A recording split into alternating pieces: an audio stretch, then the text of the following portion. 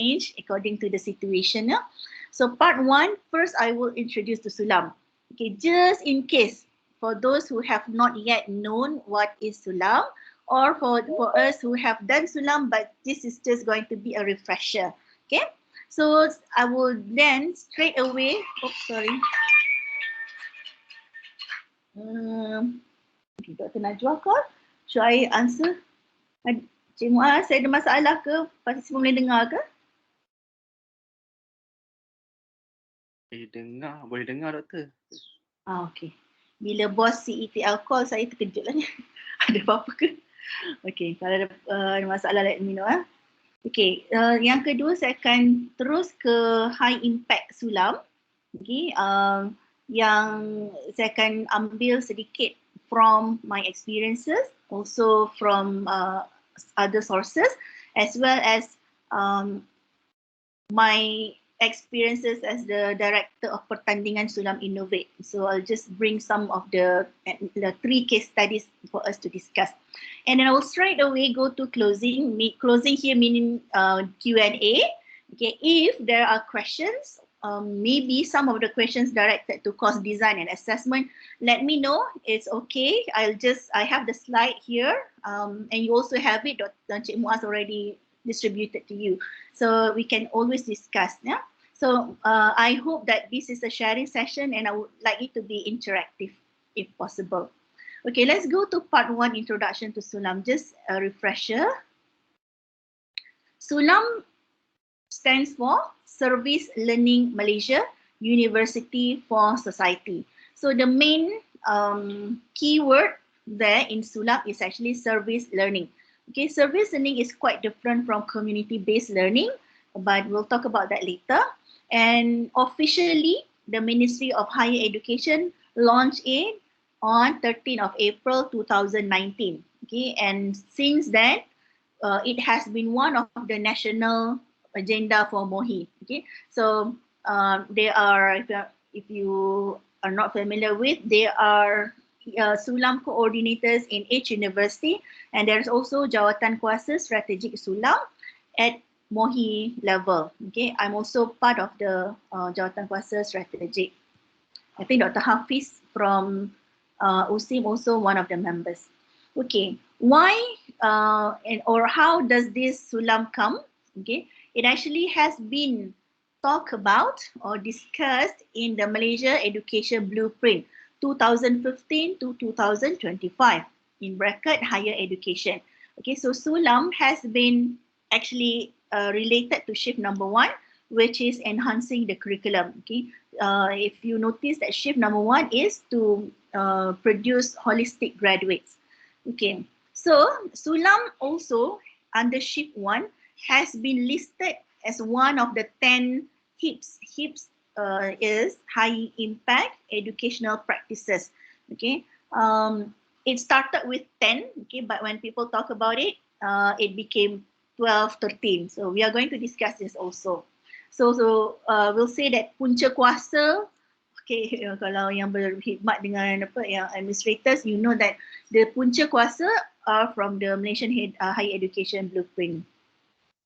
Now, again, it's not something that we are not familiar with, the ICGPA. When we talk about holistic and balance, we refer usually to the 8 program outcomes, okay, listed by MOHI or MQA. Now they have a little bit different POs and COs, but I just wanted to show you that these are the things that we want, what we meant by holistic and balance. Okay, some time ago, I think maybe 1 or 2 years back, ICGPA is the thing. Okay, but then when we change ministry, it's no longer something that we talk about anymore, but the concept is still there. Okay. Now, because the ICGPA people, some of the critics of ICGPA says that it's too quantitative, it's too academic, everything is very, to be measured. So they needed something new or something that is much more holistic lah, okay, in terms of knowledge, skills, and attitude development. So there comes SULAM, okay, as a initiative from the government or the MOHI to produce holistic, entrepreneurial and balanced graduates. Okay, so let's just talk a little bit about SULAM. Okay, there is a definition of SULAM which I break into several pieces so that it's easier for us to discuss. Number one, SULAM is a course based. Okay, it is part of academic course. Okay, we have academic program, and in academic program there are academic courses. Okay, so SULAM must be related to the academic courses that you offer to your student.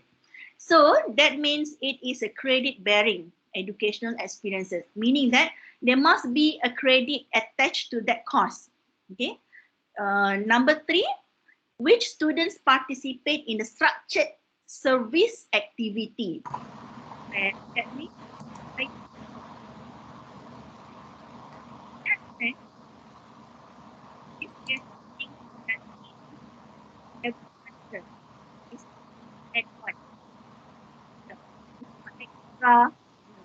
it is our what we are teaching has to be regulated and has to be student.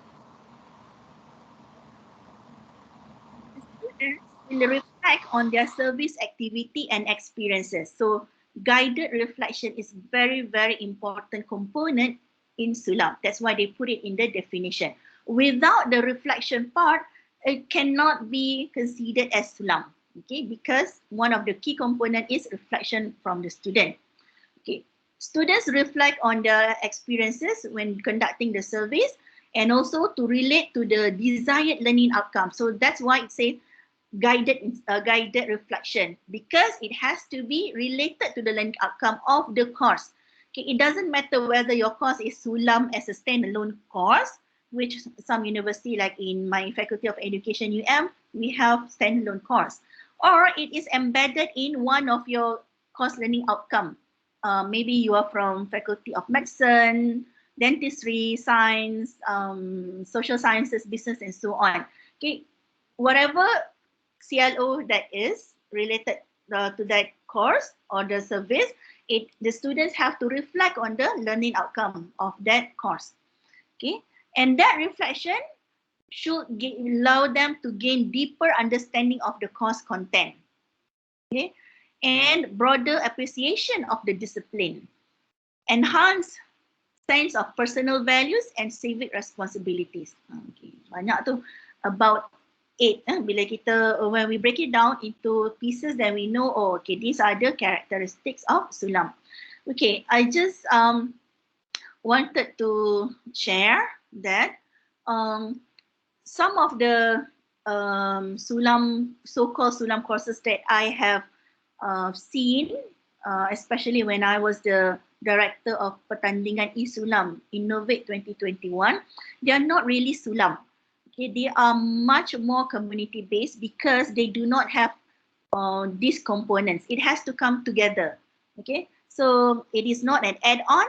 It must be reflection related, and the service allows students to learn more about the course content. Okay, so if we want to make a distinction between SULAM and other part, for example, volunteerism, we should focus on who is benefiting from the service that students offer. Okay, and what kind of service? Is it service is much more to service or much more to students learning?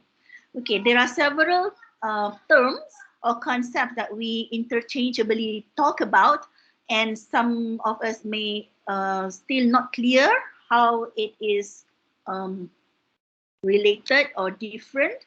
Okay, some of the concepts are: number one, volunteerism. Okay, volunteerism is much more to the left side.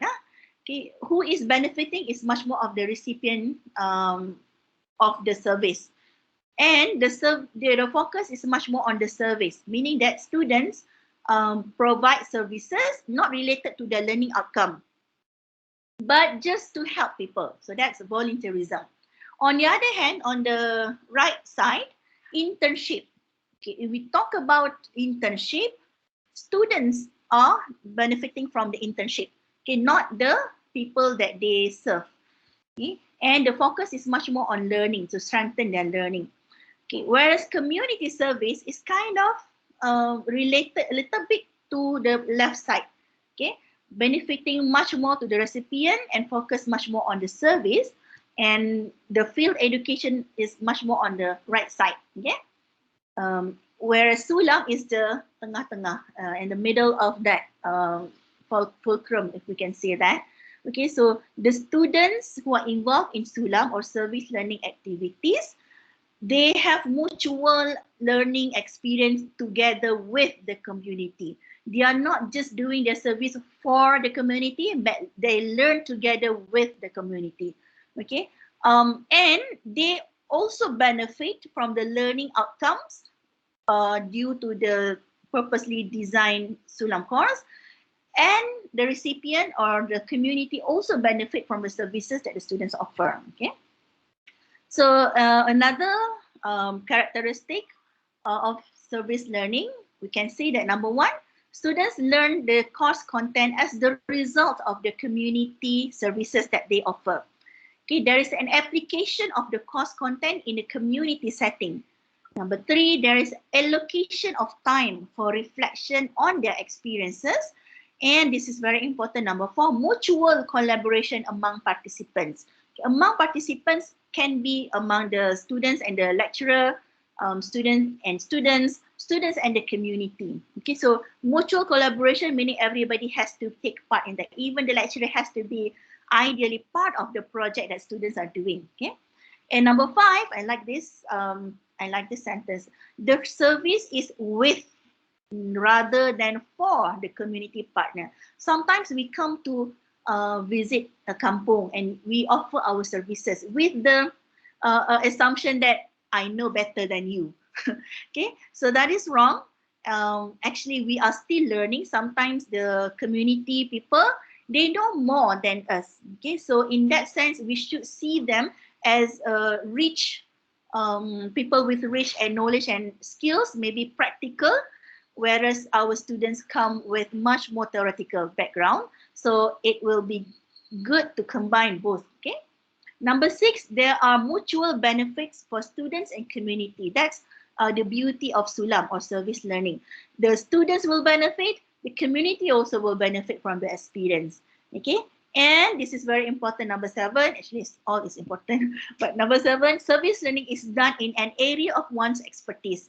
Okay. In our context, SULAM is in an academic course, okay, existing academic course for that semester. So students have to relate, or the lecturer have to design in such a way that it will relate to the course outcome and also the expertise of the student in that course that you want to introduce. Okay. Okay. Another way to view is this using this table, which I am not going to talk more. But if you wanted to see, I think this is very interesting. Look at the final, the last row, nature of service activity. If it's community service, it is based on student interest and motivation, meaning that the student has the authority, or we can celebrate students' interest, which project and which community they want to work with in the community service setting. Okay, whereas in service learning, it has to be very selective. Okay, because whoever they wanted to serve and whatever services they wanted to provide to the community, it has to be based on the course topic or course learning outcome. Okay. Whereas internship is much more on industry or career progression in the future. So I like the last one, the last row. Okay, so in a nutshell, we can say that SULAM integrate academic, community engagement, community involvement, as well as practical experiences. Okay, if we just combine academic and practical experiences, we can safely say it is much more on internship. Okay, if we just combine academic, but more on community involvement, we are just focusing on the civic aspect. Okay, and the community service or volunteerism usually will combine practical experience and community involvement. Okay, whereas SULAM is an integration of all. Okay, maybe some of you already have some questions. Already have some experiences with SULAM. So if it's okay with everyone, okay, let's make it something interactive. I would like to see and to hear your voices if you would like. Okay, let's test our knowledge, okay, whether we are on the same page. Which one of these scenarios is community service, volunteerism, internship, or SULAM? Okay, let's start now. Okay, this is scenario number 1. Dentistry students help build orang asli house. Okay. Is it community service, volunteerism? Okay, anyone would like to answer? Can I have anyone from the audience who wants to try luck? Doctor, I would like to try. Yes. Azalia here from FAM. Is it volunteerism? Yes. Okay. Why do you say it's volunteerism, doctor? Um, um, when the first time looking at the picture, I was thinking about, is it on a continual basis? Is it one off? But the information given is just help build. So they might have voluntarily wanted to help, like the bungee session now that we have currently, right? Okay. Thank you. You point out one thing that I left out, which is the continuous services, the continuous experiences. Okay. Actually, yes, it can be community service. It can also be volunteerism. Why it is community service? Because there are some elements and intention of learning there. Okay. For example, after the students engage in this building house, they can have the lecturer can have a group discussion with the students and perhaps talk about their experiences. Okay, maybe they can say it may not be related to the course per se, but experiences that they can relate to the discipline. It is actually much more on the volunteerism because it's not intentionally designed for learning purposes, and it emphasizes on the work base that students are doing. Okay, well done, Dr. Alia tadi Azalia. Dr. Farah, is it okay? Can you I'm not that familiar about reflection. What does it mean by reflection? Does the student need to um, present in class? Say, how do I relate what we did to the course outcome? Is Okay. that reflection? Yes, it is reflection. And in our SULAM, there is some guidance when we want to do reflection. There is a slide at almost the end. If you look at the course design and course assessment part, in the slide, you can see how reflection should be done. But just in general, I will say that the students should have periodic or several times of reflection of the experience. Okay, reflection number 1 is related to their experiences, what they are doing in the community. Let's say in this course, let's say it's related to engineering students building house of orang asli. So how do they participate in that? They will talk about the things that they learn, how they interact with the community, with the students. And secondly, it has to be something related to the knowledge, skills, or attitude that the lecturer designed for the course, or in the simple terms, course learning outcome. For example, maybe in one of the reflections, students will say that I learned the theory of building a house or something, kalau ada lah such theory. Okay, so Dr. Azalia, nanti Dr. please take a look at the slide yang bawah sikit tu ada tentang reflection. Okay, okay. Thank you, Doctor. So much for your question. Okay, this scenario 2, let's say these are in dentistry students who are attached to dental clinics or hospitals. Okay, so what do you think? Is it SULAM, community service, volunteerism, internship? Anyone wants to try? Anyone from USIM wants to try?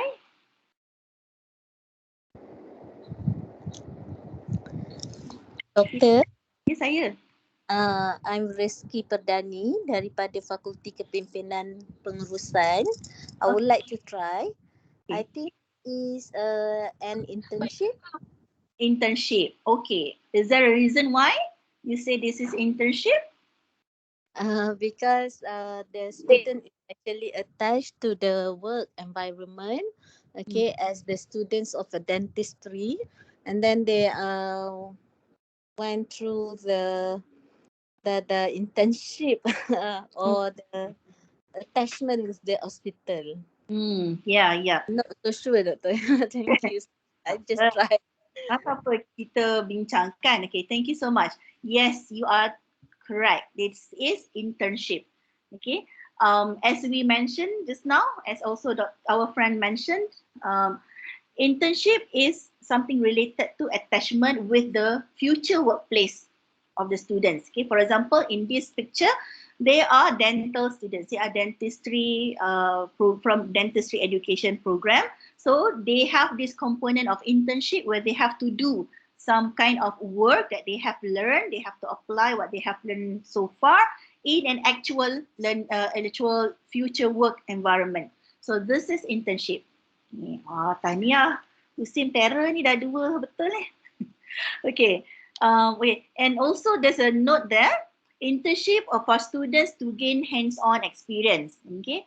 Whereas field work is not fully integrated in the curriculum. Okay. So it's much more on internship rather than just field work. But it also depends on the nature of the situation. No? So this one, it is where the students attach to the hospital. Okay, whereas field work ni, the students go out usually and it's usually not part of the curriculum. Okay. Okay, let's look at scenario number 3. Asyik pergigian aja kan, tapi I like dentistry as a example. Okay, dentistry students again provide dental services to orang asli. What do you think this is? Is it volunteerism, community service, SULAM, internship? Anyone wants to try?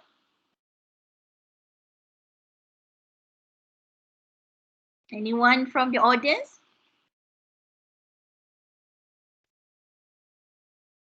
Sila. Kalau tak ada, Community service.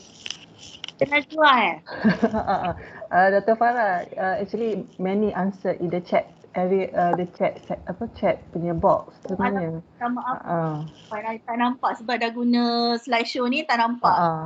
Tak apa. Tapi I tolong jawab lah wakil community service. Okay, thank you so much. Okay, let's see. Actually, this is SULAM. Okay. Okay, yang ini Ada yang jawab SULAM juga. Ini ada sedikit perbahasan. Okay, based on first session, some also said one of the why it is SULAM? Why it is SULAM? Because the curriculum is related to providing the students knowledge, skills, and attitude as a dentist, as a future dentist. Okay, and then these students have the opportunity to go out to the real community who needs their services. That's why, from that perspective, it is SULAM. Okay, however, I was informed by dentistry people from the first session that dentistry, there is a guideline that dentistry students cannot go out to the community, something like that. They cannot go out and provide the services. They need the community to come to the hospital, something like that lah. So in that sense, community service also can be applied in this situation because you don't have much information, kan? Okay, what I just wanted to show you is just that the curriculum is connected to the services.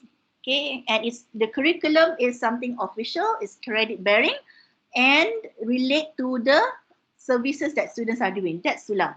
Okay, I hope the 3 scenarios are enough lah for us. Okay, I just have to keep that slide and wanted to focus more on this. SULAM is not an episodic volunteer program, meaning that the students provide just one-off services. They go to just one event, ataupun one particular village on that particular day, or maybe 2 or 3 days, and they provide services. Okay, SULAM is a 14-week because it is in a academic setting. Within that 14 weeks of our semester, SULAM can be done maximum 20 hours of service. Okay, so it's not episodic. Okay, it is not an add-on to existing university curriculum, rather it is embedded in our curriculum. Okay, logging a set number of community service hours in order to graduate. Okay, some universities may have this policy that students have to log in how many hours they serve the community in order for them to graduate. So SULAM is not that. Okay, SULAM is related to the course. Okay, SULAM is also not a compensatory service assigned as a form of punishment by the courts or by school administrators. Some of the, especially in overseas, some of the students were penalized or were punished for bad behavior by doing community services, okay, that is not SULAM. Okay, it's also not one-sided. Okay, it's not benefiting only the students or only the community, but it is a mutually benefiting for both. Okay. So if we think about SULAM as the key components, maybe we can say that there are two perspectives. Number one, who are the players or actors in SULAM project or SULAM course? Okay. Another one is to look at the curriculum itself. What are the components of the curriculum? Okay, let's go to the first one, which is the players or actors in SULAM. So there are several people that make SULAM happen.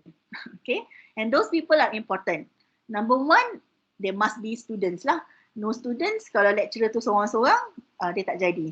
Dia mesti ada students registered for that course. Okay, there must be lecturer or academics yang mengajar that course, and there must be community, the people who will receive the services from the student. And there is a tambahan here, an addition, industry. If you can add industry involvement, that will be good. Okay, industry involvement is not necessary, but it's a bonus, and you can get some benefits by having industry together in that SULAM service. Okay, we'll talk about that, the role that they play soon. They are also, if you look at the components, there must be course content. Okay, and the course content usually have been approved by the university, jawatankuasa university lah. Okay, and it is offered for that semester. It's not something like you will offer next semester, but you already have done the SULAM this semester. Tak boleh lah. It has to be embedded in that SULAM. In that semester. So it has to be embedded in that course which is offered that semester. Sorry. Okay, there must be critical reflection in that SULAM course and meaningful service. It's not just service yang whatever service. Okay, we'll talk about that later dalam high impact nanti ya. Okay, why SULAM? We talk about the holistic development of the students, kan? Okay, number one is the students' personal development.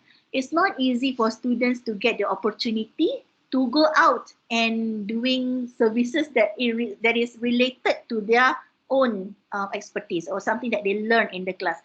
So students can develop in terms of knowledge and also from attitude, for example. Okay, even skills, communication skills, negotiation skills. Okay, second, students can learn some civic lessons, especially when they serve or they provide their services to people who are different from them. Different meaning different in terms of age, perhaps, or gender, could be culturally different, different religion, and so on. Even disability. And this is, I think, interesting when you provide services to disabled student or disabled community. But disabled does not mean just physically disabled. It could be mentally disabled. It could also be something people who are underprivileged, like single mothers, orphanage kids, and so on. Okay. Okay. Most important thing, it helps students to learn and understand the course content better. That's why SULAM is very important. But to me personally, I have been implementing SULAM for since 2010, sorry 2010, itulah, in Malaysia. Okay, and this is part, service learning is really my passion. I have also conducted a lot of research on this service learning part. I had experience conducting SULAM projects or service learning projects when I was in US, when I was studying in US, and it was very, very interesting because the community there are different from the community in Malaysia, quite different, I can say. Okay, so Alhamdulillah, is an honor for me to have experience in both situations, internationally and also in Malaysia. Okay, to me, the utmost important thing why we do SULAM is to nurture our students' minds and hearts. Okay, because students have the knowledge and skills that we provide to them. It is something that is a privilege to them. Not all students can go to university, can get tertiary education, or get the exposure to work with the real community. So usually we in the classroom only nurture their minds, okay? But there must be something where we can also bring their hearts open up to the community. This is from the reflections that I've read from students' reflections. They always be thankful of being in SULAM project because they said that in SULAM projects have given them a way out of their busy schedule to work with community and to apply what they have done. Okay, otherwise they are just belajar, okay, pack schedule, asyik exam dan sebagainya. They wanted also to provide services to the community as part of the curriculum, the 14 weeks too. So this is a way to nurture their minds and hearts. Most importantly, our students are our potential social change agents. I always think of our students as potential social change agents. Our students, this generation, this young generation has a lot of ideas. They are very creative. They are very expressive. You know, they are different kind of people. They are much more berani. They are very fast. And a lot of positive things I can relate to the new generation. So why not nurture them? Allow them to use whatever in already with them to bring the good to the society. And I believe that SULAM is one way of doing it. InsyaAllah. Semangat sikit kalau cakap pasal SULAM and service learning. Okay, some of the, again, objectives of SULAM. I'm sorry kalau it keeps on repeating. It's just, please regard it as just a refresher course. Yeah? Okay, it helps students to learn by integrating theory with practice in the real world. Okay, increase students' soft skills and civic engagement. It meets the needs of the community through volunteerism by using students' expertise, creating a collaborative environment between students, lecturers, and communities. The lecturer pun involved in that project should be. Providing opportunities for agencies, corporate, and also NGOs to contribute to the community through the volunteering of the students. Okay. This is going to be university's third mission. Maybe some university make it one first mission. Good. So university for society. Okay, there are many effective practices in SULAM. It has to be connected to student learning outcome. Okay. It could be part of the continuous assessment if you want, or you make it in as a project akhir, final year student project, or final project for that course. Okay. For me, I do both. I give the students a project to work with, but I monitor their development through reflections, through continuous assessment. For example, every week we meet, we are going to talk about what are the issues they are facing with the community and the project. Okay, again, these are just repetition. Number 2 and number 3, I'll just keep that. Okay, the community partner is non-profit partner. Okay, but I have seen in some cases, the community partner is entrepreneur. Okay, this happens maybe because that particular, let's say you are helping you bring your students or maybe from business faculty, okay, you have a course, digital marketing, for example, and you wanted to help this shop owner, maybe a restaurant who has not been doing profits a lot. So you wanted to help them, so they can actually be your community partner. For me, that's my perspective.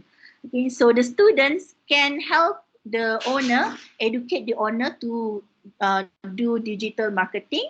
Okay, and they can also see the benefit to that shop. Hopefully, by doing digital marketing, there is some kind of measurement or indicator of success. For example, rocketing sales, for example. So to me, number four, I'm not agree. This is with this. I think non-profit oriented can also be partner. Okay, students and lecturers do not receive payment for their service. Usually they don't lah, because it is embedded in their course curriculum. But sometimes if the community partner wanted to give you something, why not then? It can also cover their costs, for example, transportation and the materials they created for the community. Okay, an important thing ialah, as Dr. Azalia asked tadi, reflection component is included as part of the assignment. Okay, you can make it something to be graded. For my situation, although they have the project, but I break it into several things, assignment. For example, one of the assignment, 2 guided reflections. So of the 14 weeks too, I divided into 2. So week 1 and until week 7, there will be 1 reflection on the whole thing. Usually I cover content related to that and project planning. So from week 8 until week 14, it is the implementation part of the project and also evaluation. So they will focus more on their experiences in implementing and evaluating the success of the project. Okay, so if possible, because I'm just sharing my experience, doing SULAM project is not easy. Okay, the students have to go out and talk to real people. We as the lecturer also, kata dekat tali apa dia kata, we also put our neck or our reputation as the apa ni, at stake lah. Maksudnya, if our students do something wrong, it will reflect us. Our reputation also can be tarnished.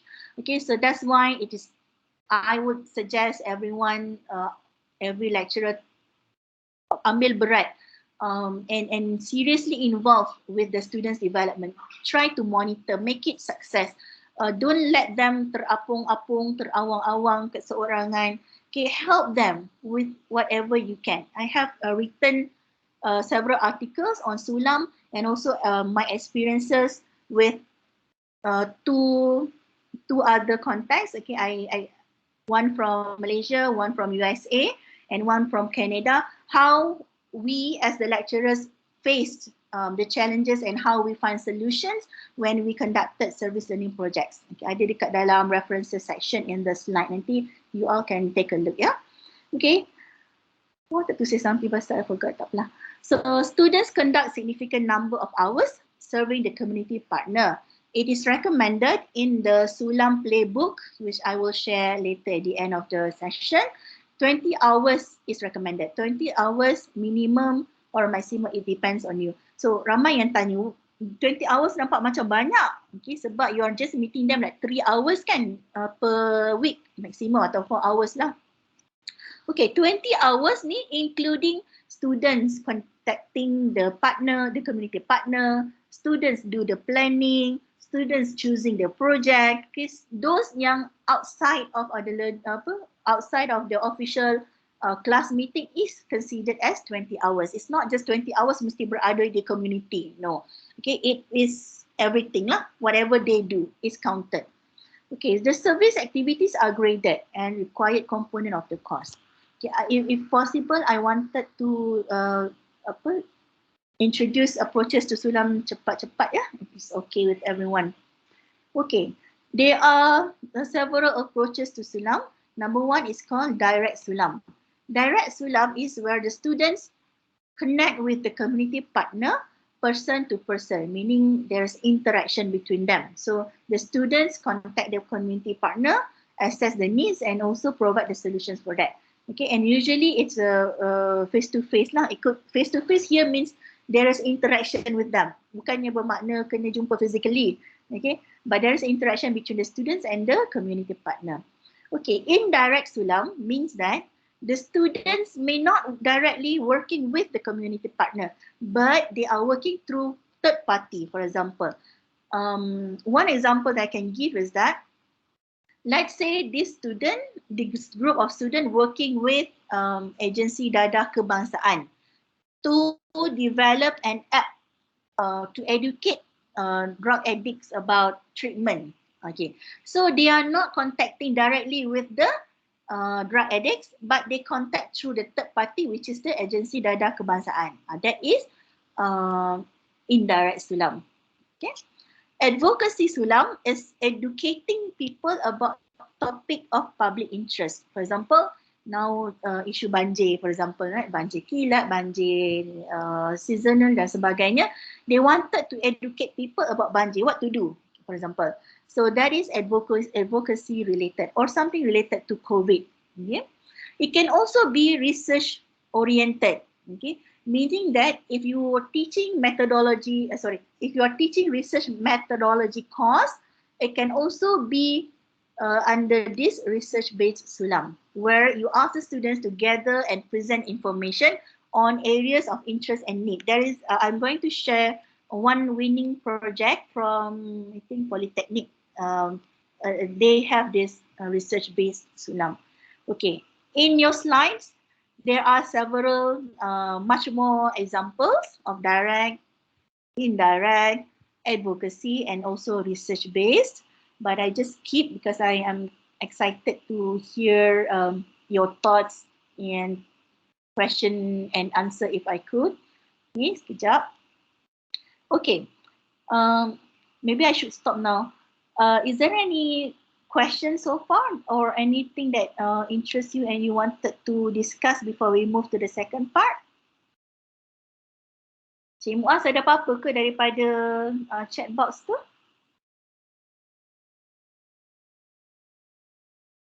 Okay, kalau tak. Assalamualaikum. Ada soalan daripada chat box. Waalaikumsalam. Sorry doktor, saya mungkin nak tanyalah kalau katalah there are maybe 2 or 3 courses combining together the students and initiate a SULAM based activity with a community, does it count? Can you give an example, doctor? What Okay, is the what are the courses?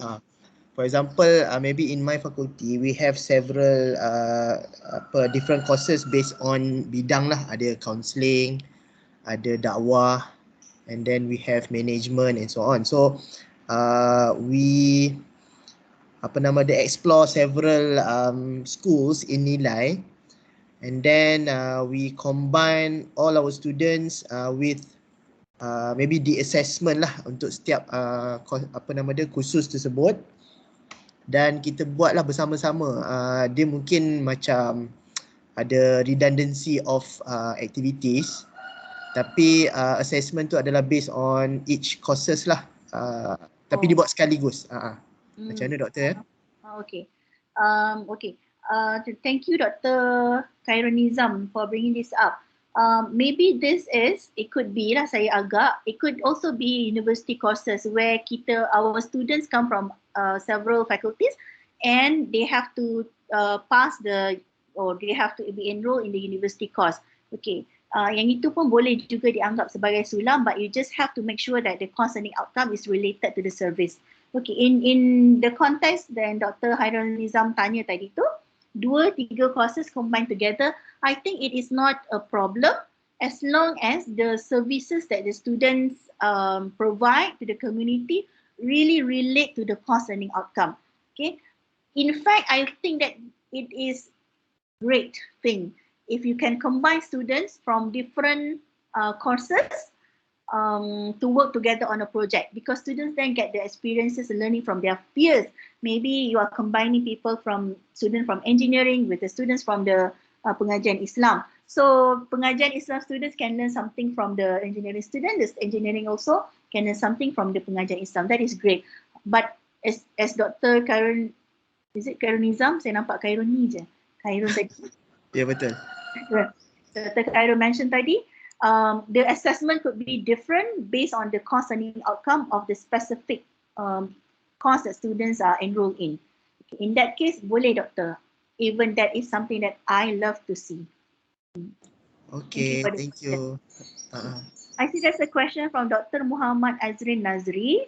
When we talk about learning outcome, do we need to clearly mention the word SULAM in the CO to reflect the subject is SULAM subject? Yang ni soalan popular ni. Okay, jawapannya yang mudahnya ialah tidak. It's not necessarily have to mention the word SULAM. Okay, you just have to mention what are the learning outcomes of your, maybe I can show you the slide. Just mention the learning outcome, tapi you will talk about the assessment part ni. If you look at the course assessment part or course design, okay, ini adalah contoh student from public health. Okay, so the course learning outcome tak ada pun sebut tentang SULAM at all or service learning. Okay, it just stick to the course learning outcome of that program or that course. For example, apply the concept of pharmaceutical care and community pharmacy, including its legal requirement. Okay, and then explain through poster presentation and so on. Number 3, apply the knowledge of drug and supplements for healthy lifestyle. Okay, what make it different is the delivery and also the assessment method. Okay, so that's why it can be embedded and you can pecah-pecahkan lah. Contohnya in this situation, there are 30% marks allocated for the coaching session. Okay, and the community feedback 10%. So this lecturer of this course tak mention pun secara direct the word SULAM or service learning, but he or she embed it as a project in that assessment method part. Okay, so another contoh is from sports for disabled community. Dia ada 3 learning outcome, but the third learning outcome tu sahaja yang related to SULAM. Okay, organize appropriate exercise and sports program according to specific conditions of the disability among participants. Okay, so the assessment method tadi hanyalah based on 20% reflection and coaching interaction 10%. So campur dia jadi 30% sahaja. So remember tadi kita kata the recommended hours is 20 hours. So for that 20 hours, it can be just small portion of your course. Okay, it doesn't have to be big. Tapi macam my course, it is a big thing. So all the assessment is related. Saya taruh balik. About 70% of my assessment for the course is related to SULAM. Okay, so I give more points for them. Yang ni saya tak sempat. Dr. Azrin okay ke? I hope that answer your question, ya. Okay, if tak ada lagi soalan, is that okay if I teruskan yang part 2 lah?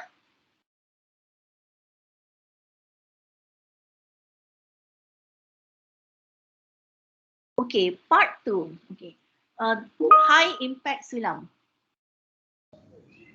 Okay, high impact SULAM. Okay. When I was given this topic kan, high impact SULAM, I tried to understand what high impact means. What is the definition? What are the characteristics of high impact SULAM? Okay, so far dalam buku playbook tak ada lagi.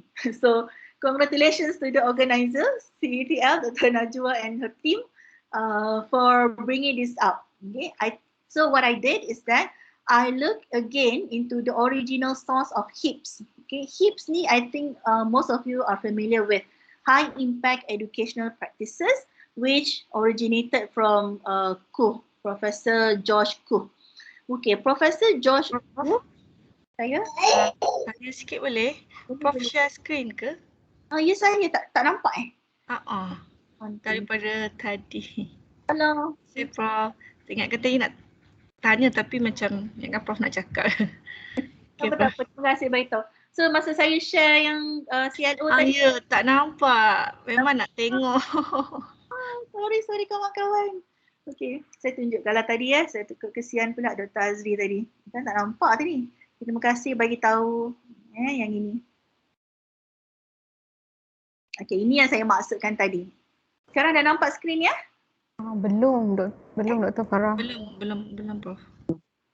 Sekali saya tekan.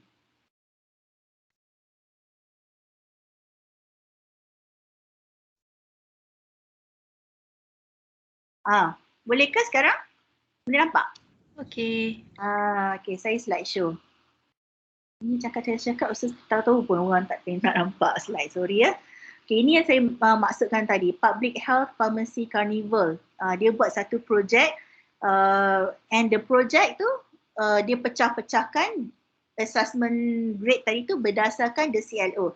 If we look at the CLO, it's not related or tak ada mention about SULAM pun. Okay, tapi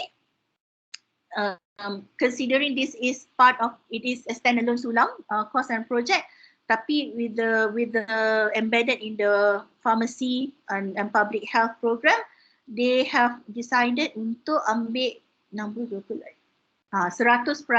assessment. They break into several tiny assessment and they give grade. Ini yang contoh tadi ya. And this one is SULAM embedded in one course. Okay, in this situation or in this course, sports for disabled community, there are 3 CLOs, but only CLO number 3 related to SULAM, or the lecturer make it related to SULAM. And they give just 30% of the assessment method for that CLO. Okay, so that's just to answer Dr. Azri tadi, Dr. Azmi tadi ya.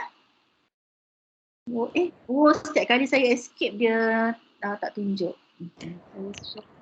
Sorry Prof. Prof Farah, Azalia here. From the slides that you had shared here, I noticed that the 2 slides, when looking at the CLO, there were words like community mentioned in each of the CLO.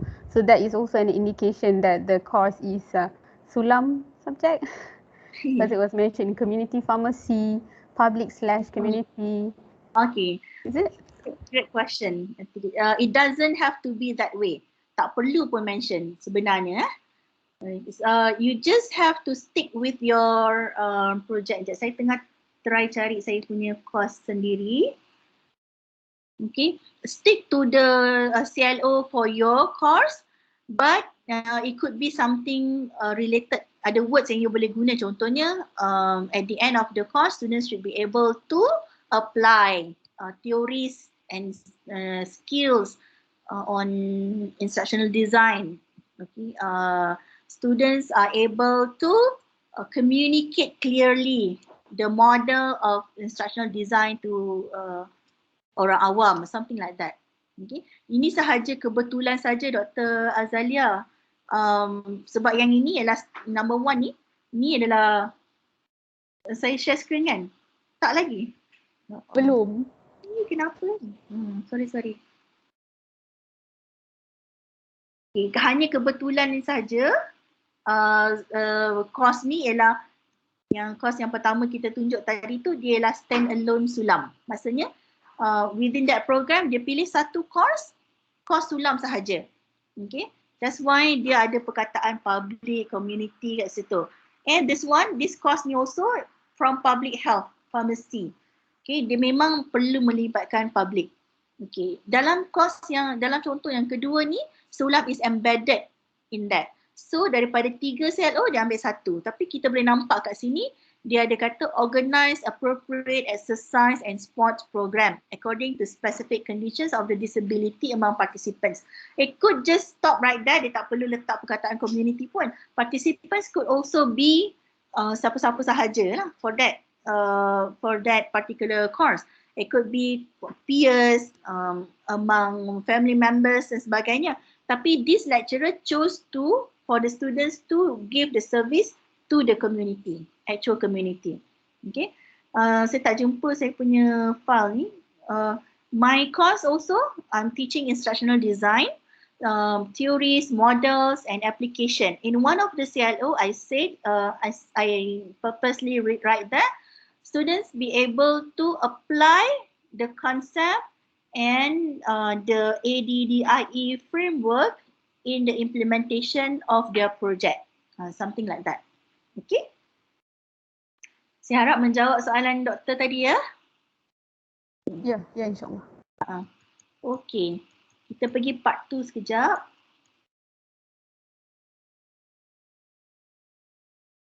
Takut nak tekan escape. So takut tak share screen. Okay, again. High impact educational practices ataupun HIPS has listed service learning as one of the HIPS practices. Okay, what is high impact educational practices? I'm sure dah ada banyak webinar on this lah. But for the context ni, I just wanted to share. HIPS are techniques and designs for teaching and learning that have proven to be beneficial for student engagement and successful learning for students from various backgrounds. Okay, you can see that daripada 13, ada 10, ada 13. Tadi saya tunjuk mula-mula ada, sebenarnya dia ada 10 asalnya, and then people keep on expanding it, dia jadi sekarang jadi 13 lah. So there are first year seminars and experiences, service learning number 2, there's community based learning, number 4 learning communities, number 5 intensive academic writing, number 6 diversity or global learning, number 7 collaborative assignments and projects, number 8 empirical research / undergraduate research ataupun FYP final year project kalau di UM, interdisciplinary approach to assessment. Okay, yang ini mungkin berkaitan dengan soalan Dr. Khairul Nizam tadi tu. Interdisciplinary approach. Internships, capstone project, e-portfolio, common intellectual experiences. Okay. Kejap. Just to let you know, recently, Ministry of Higher Education have launched or have published these books. There are 2 volumes of HIPS in Malaysia Higher Education. Mungkin Dr. Najwa ada kan, Dr. Najwa? Their experiences ni, the book ni, you can download perhaps from cetl.website ke, ataupun this one, the link that I give is from EDEC website. Okay? Ada di website CITAD, Doktor. Okay, thank you. So participants, if you're interested, nanti you boleh tengok what are the HIPS. And there are 3 case studies of service learning dalam buku HIPS ini. Okay, so volume 1 of the book focus on student involvement and their engagement with the communities, whereas in volume 2, the focus on the teaching and learning involving interdisciplinary approaches. Okay, so hopefully you can take a look at that and see what are the case studies for service learning. I want to go back to this one, high impact educational practices. There are some scholars, okay, especially from the Association of American Colleges and Universities, that says that actually this list is not one by one list. It can be combined. For example, they believe that service learning can be also part of the number 1, first year seminars and experiences. Okay, for example, you ask the students to conduct some kind of small project for their final project works. It can also relate to writing, for example, and number 5, intensive academic writing. Okay, so perhaps you are teaching writing, but you ask the students to connect with the community, and the product or the solutions is something related to writing. Okay, so this is not to be seen as satu-satu or separate. It can also be combined. Okay, I suppose that in the book just being released in 2020, you can get some ideas on how it can be done. Okay, again, as I mentioned to you, when I was given the topic high impact practice, I was like, what is the definition of high impact practice? Because high impact could be different, there are different definition, different indicators for people, kan? And it also depends based on the course. Okay, so I'll just take this from one college, and I think bolehlah diterima, okay, but may not be something that I agree all lah, tapi I think I will share my own just to share this one. Number one, high impact practice has to be effortful, meaning that there must be some devotion from the students' part, devotion of time and effort to do particular task. In our context, the task is the project service learning or the SULAM project. So there must be effort, time for the students to work on a project. So that is what they said, high impactful. So high impact practice ni dia lebih kepada experiential learning, okay, and connecting students with the real world. Okay, so that's why effortful is one of the ciri-ciri of high impact practice. Excuse me. Okay, second characteristic, there must be substantive relationships. Okay, so the students is the main actor or player in the educational experience. Okay, we are talking about our SULAM, so SULAM experiences. The students should have good relationship with the supervisors or the lecturers, the staff, and also their peers. Okay, at the same time, the lecturer also or the faculty should act as the students' mentors, advisors, and also as peers because they are part of the project members.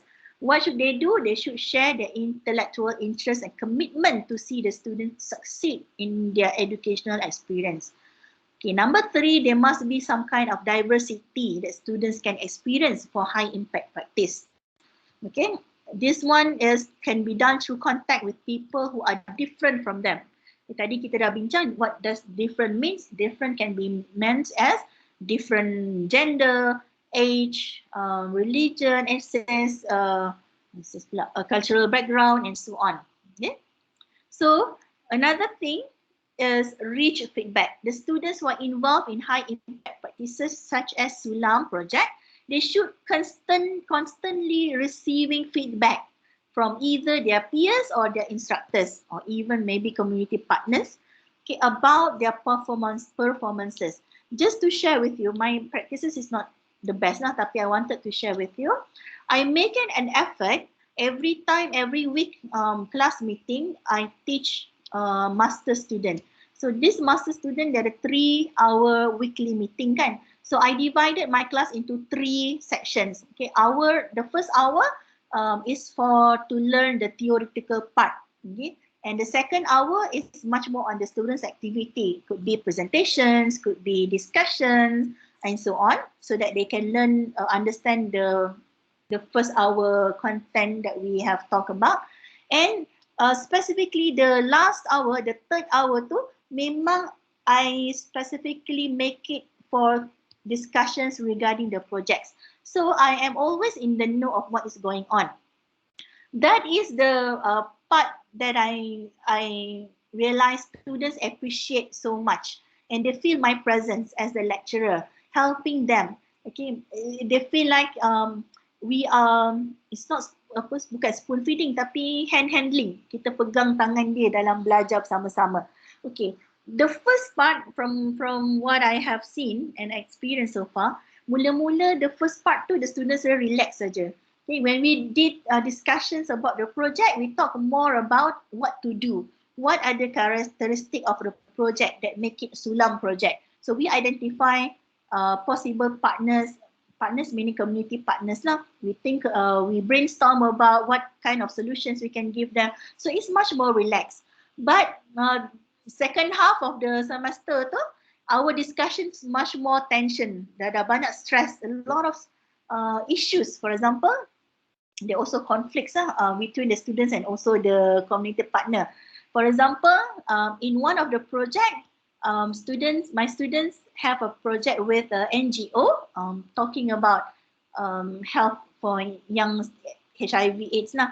And the organizer asked the students several objectives, which is beyond the students' course learning outcome and beyond their expertise as well. And it's quite a lot, okay, because the community partner has no ideas berapa lama students can provide time for the services. So this is where I campur tangan. Okay, so what happened? I was in the discussions together with the community partner, and I helped them to negotiate and make the scope smaller. Okay, so actually NGOs are very, very interested, excited because they always wanted to reach out to the community lah through the students. But they may not understand the course content tu sikit saja. Kita daripada 10 objektif, we can only do 1 or 2. So that's where I came through and campur tangan, let them know, okay, for this course, students only ada 2 minggu to work on the content, and then they have to do the implementation, after that evaluation. So I explain to the community and they really like that. They really appreciate lah. Okay. And the last one is what they call reflection, which is very important in SULAM project. Okay. So reflection allows students to better understand themselves in relation to others. Okay. Others means in relation to their peers, kadang-kadang ada konflik, biasalah konflik dalam group masing-masing. So sometimes the student ni dia akan ceritalah pada kita, the lecturer, sometimes they are just pandai kan, dia letak dalam reflection apa yang berlaku. Dia tak cerita direct sebab dia segan. Okay. So all these conflicts and so on tu adalah satu benda yang the students experience, is real. It's also part of the learning processes. I always told them that. Okay, they also have to reflect about their role in the larger world. Okay, kalau boleh sampai ke tahap tu, the reflection is good. In fact, they are also, if you just Google service learning reflection metrics, you can see some of the indicators of the measurement or the rubrics that you can use to help kata grade your students' reflections. Sebab grading reflection is not easy juga kan, banyak benda yang kita kena fikir. Okay, so students, as I mentioned earlier, kita nampak students as potential social change agent. They're just one individual, okay, but they can see that they have roles. They can contribute something to the betterment of the society. So that is something that we want them to capture in the reflections. Okay? Another thing is that it will allow them to act with confidence and for betterment of the human condition. So sometimes when they reflect, they see that, oh, I have progressed a lot. Daripada week number 1, 2, 3, now week 10, I dah jadi macam separuh expert dalam bidang tersebut. So they gain more confidence. Okay, and I've seen throughout almost yang minggu-minggu yang almost terakhir tu, when they have implemented the project and go to the evaluation phase, I've seen that they are much more kata senang hati lah. Okay, they whatever tension, stresses yang dia experience in the middle of the project tu, they nampak, the students see that as the learning experiences that they value so much. Okay, how they go negotiate and how they put it in paper. Sometimes kalau susah nak negotiate with the community, I will ask them to put everything in writing. Spell out what are the solutions, what are the product you're going to share with the community, what are their roles and your roles and so on. Okay. Okay. Sorry, Prof. Farah. Were there instances of like exposure to risk in terms of like maybe give advice to the community in that sense? So how do we actually safeguard the students, the lecturers and on the part? Great question. Ada dekat dalam ni sekejap Cik Pos. Okay. It's in again dalam slide ada. Nanti tuan-tuan dan puan-puan boleh lihat dalam slide tu. Under product and service, ada bahagian liability management. Thank you for bringing that this out. Okay, sometimes our students, diorang ni bukan expert, right? They are still learning to be expert. Okay, so for example, they are students learning about dietitian, for example, learning to be a professional dietitian. So one of the project could be advices or educating people about the diet that work out for that people. Kita kena ada claim. Kita always tell the community partner, the students ni masih lagi dalam training, but they learn something from the course content and they wanted to share with you. So you can make, number one, you can consider the whole harmless agreement, meaning that whatever advices the students give to the community, kita kata ada disclaimer kat situ, yang ini adalah based on the course, part of the course content, the students are still learning, kita tak akan terima kita mohon supaya tidak disaman ke. Katakanlah student ajar macam mana nak turunkan berat badan. Tapi selepas dia community partner mengamalkan semua step yang dinyatakan tu, dia tak turun juga berat badan. Dia macam tu juga. So kita kata dalam disclaimer projek tu, yang ni adalah part of the course content. Kita tak nak mereka rasa macam, oh aku boleh saman orang ni. Okay, because the services that the students give to the community is something that come from what they have learned. Okay, so dalam project negotiation tu kena make it clear lah to the community. So the student masih belajar, especially kalau mereka adalah tahun 1. Okay, yang itu memang problematic sikit lah. You have a lot of guidance to give them and a lot of intervene has to happen juga between you and the community. Another question, Prof. For service learning, for which of the year should it be practiced for the best in terms of, you mentioned year 1, it can be year 3, because I think I saw a slide putting it under year 1 and also year 3. Yeah, so any of the year ke? Tak ada specific year. It depends on the suitability. Tapi I will advise, janganlah first semester students kot. Okay, maybe second semester boleh.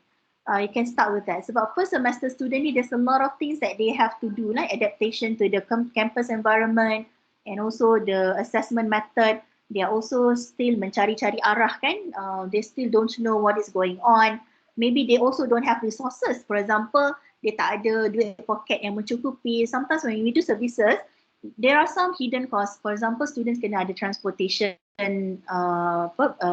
allowances lah, which kita tak boleh. Sekejap lagi saya share sikit tentang grant yang saya belajar baru-baru ni. Saya nak cakap apa lagi? The transportation.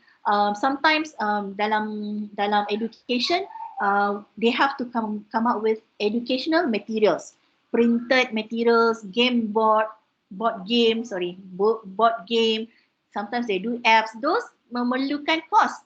Ya, contohnya nak buat game sahibar macam sahibar tu ataupun macam Monopoly, they have to print out everything kan. So mana nak dapat cost tu?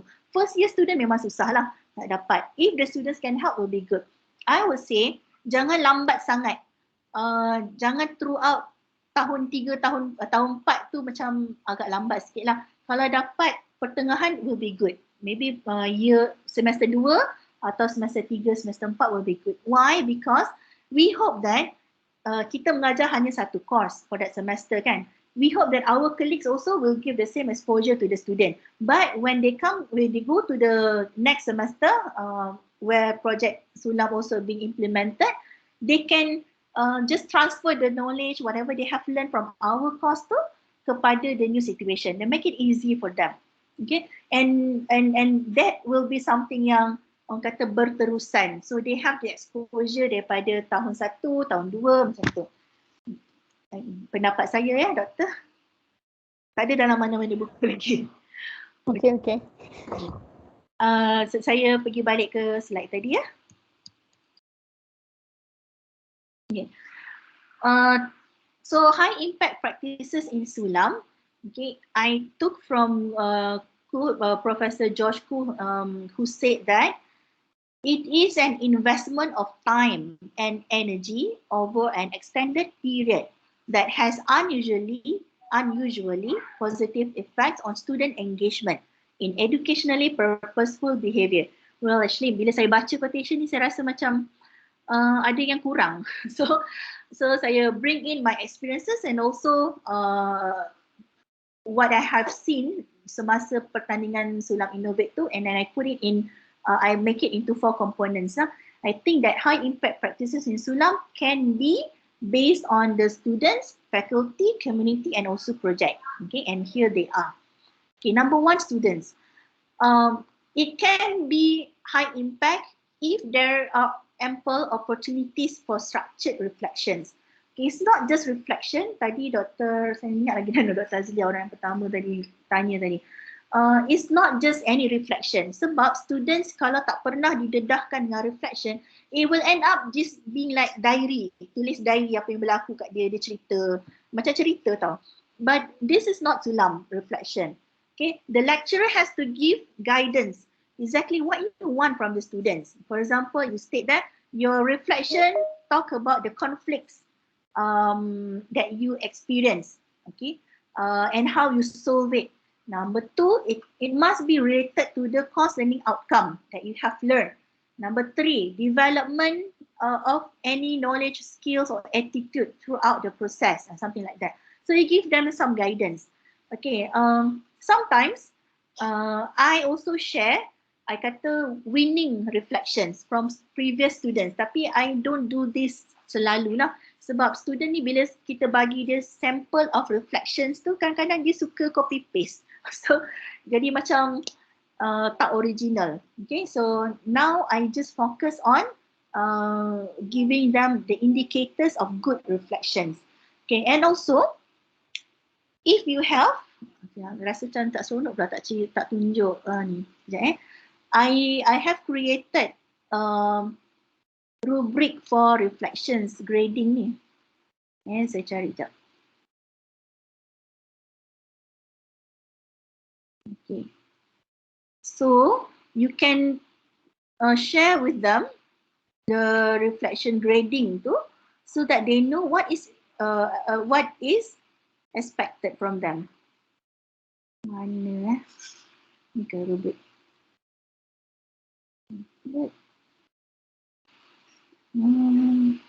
Okay, bila cari time ni tak jumpa lah tu. Kejap. Okay, saya rasa saya dah jumpa lah. Sekejap saya buka dulu ni file ni and see whether this is the correct one. Okay, to grade a good reflection bukanlah senang. Okay, sometimes kita can be carried away sebab kita rasa macam oh best lah reflection ni. Lagi-lagi kalau dia puji kita kan kita rasa macam wah dia boleh dapat markah tinggi ni. Okay, but that's not a good reflection. Okay, senang pula. Sekejap. So far tadi.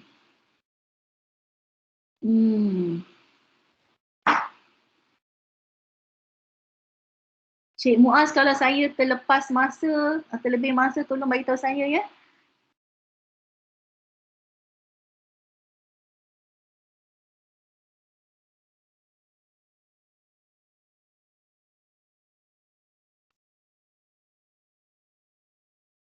Tengah buka file ni, loading sikit.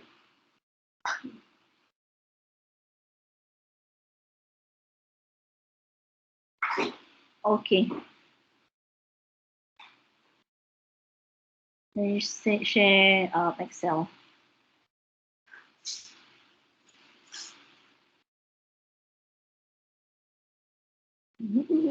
Tak boleh tunjuk saya tapi okay. Contohlah. Okay, so semasa saya grade the reflection, I focus on the criteria what I want. I hope student tak nampak lah ni sebab ada nama dia orang ni. Saya besarkan. Nampak ke semua the rubric tu? Hopefully nampak ya? Okay, nampak. Alright. Okay, this is not the best one tapi saya pilih sebab saya rasa memudahkan saya lah. Okay, so apa yang saya buat, saya bahagikan reflection mereka kepada 4 jenis. Number 1, markah paling rendah, saya assign sama ada 1 atau 2 markah saja. Saya panggil dia non-reflection. Kalau dia langsung tak ada element of reflection, saya bagi dia markah rendah lah 1. Okay, so this is something, contoh kriteria dia ialah automatic or superficial responses with little conscious or deliberate thought or reference to existing knowledge. Responses are offered without attempting to understand them. Okay. Number 2, dia upgrade sikit. Saya bagi markah antara 3 hingga 5.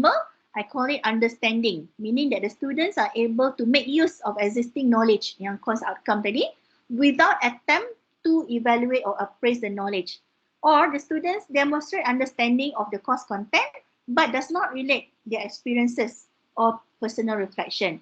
Maksudnya dia just bercerita lah, lebih kepada bercerita. Adalah sedikit-sedikit elemen knowledge tu tapi dia tak discuss mendalam. So saya akan bagi markah dalam kategori tu, dalam range 3 hingga 5. Okay, then better one, reflection, and the best one is critical reflection. Yang ini ada student yang dapat, yang kalau tak boleh tunjuk ni tapi Ada student lah yang dapat answer bagi 9. Yang itu memang super power lah bagi saya.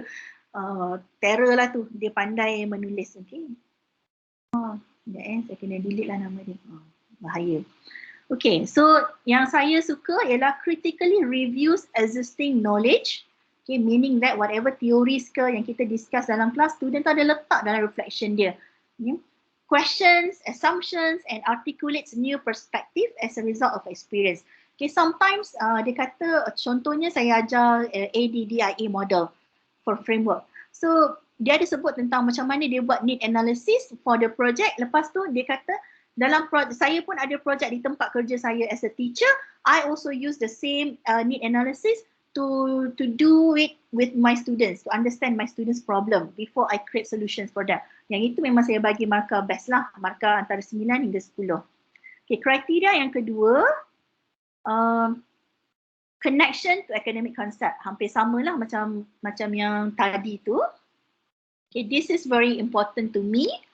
Kemudian ada evidence of development. Okay.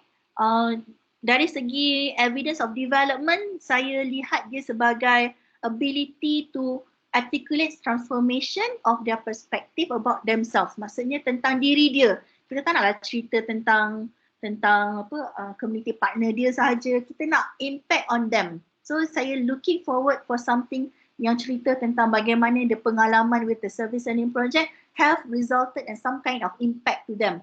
Sama ada knowledge ke, attitude ke, or the skills, or understanding of a particular concept.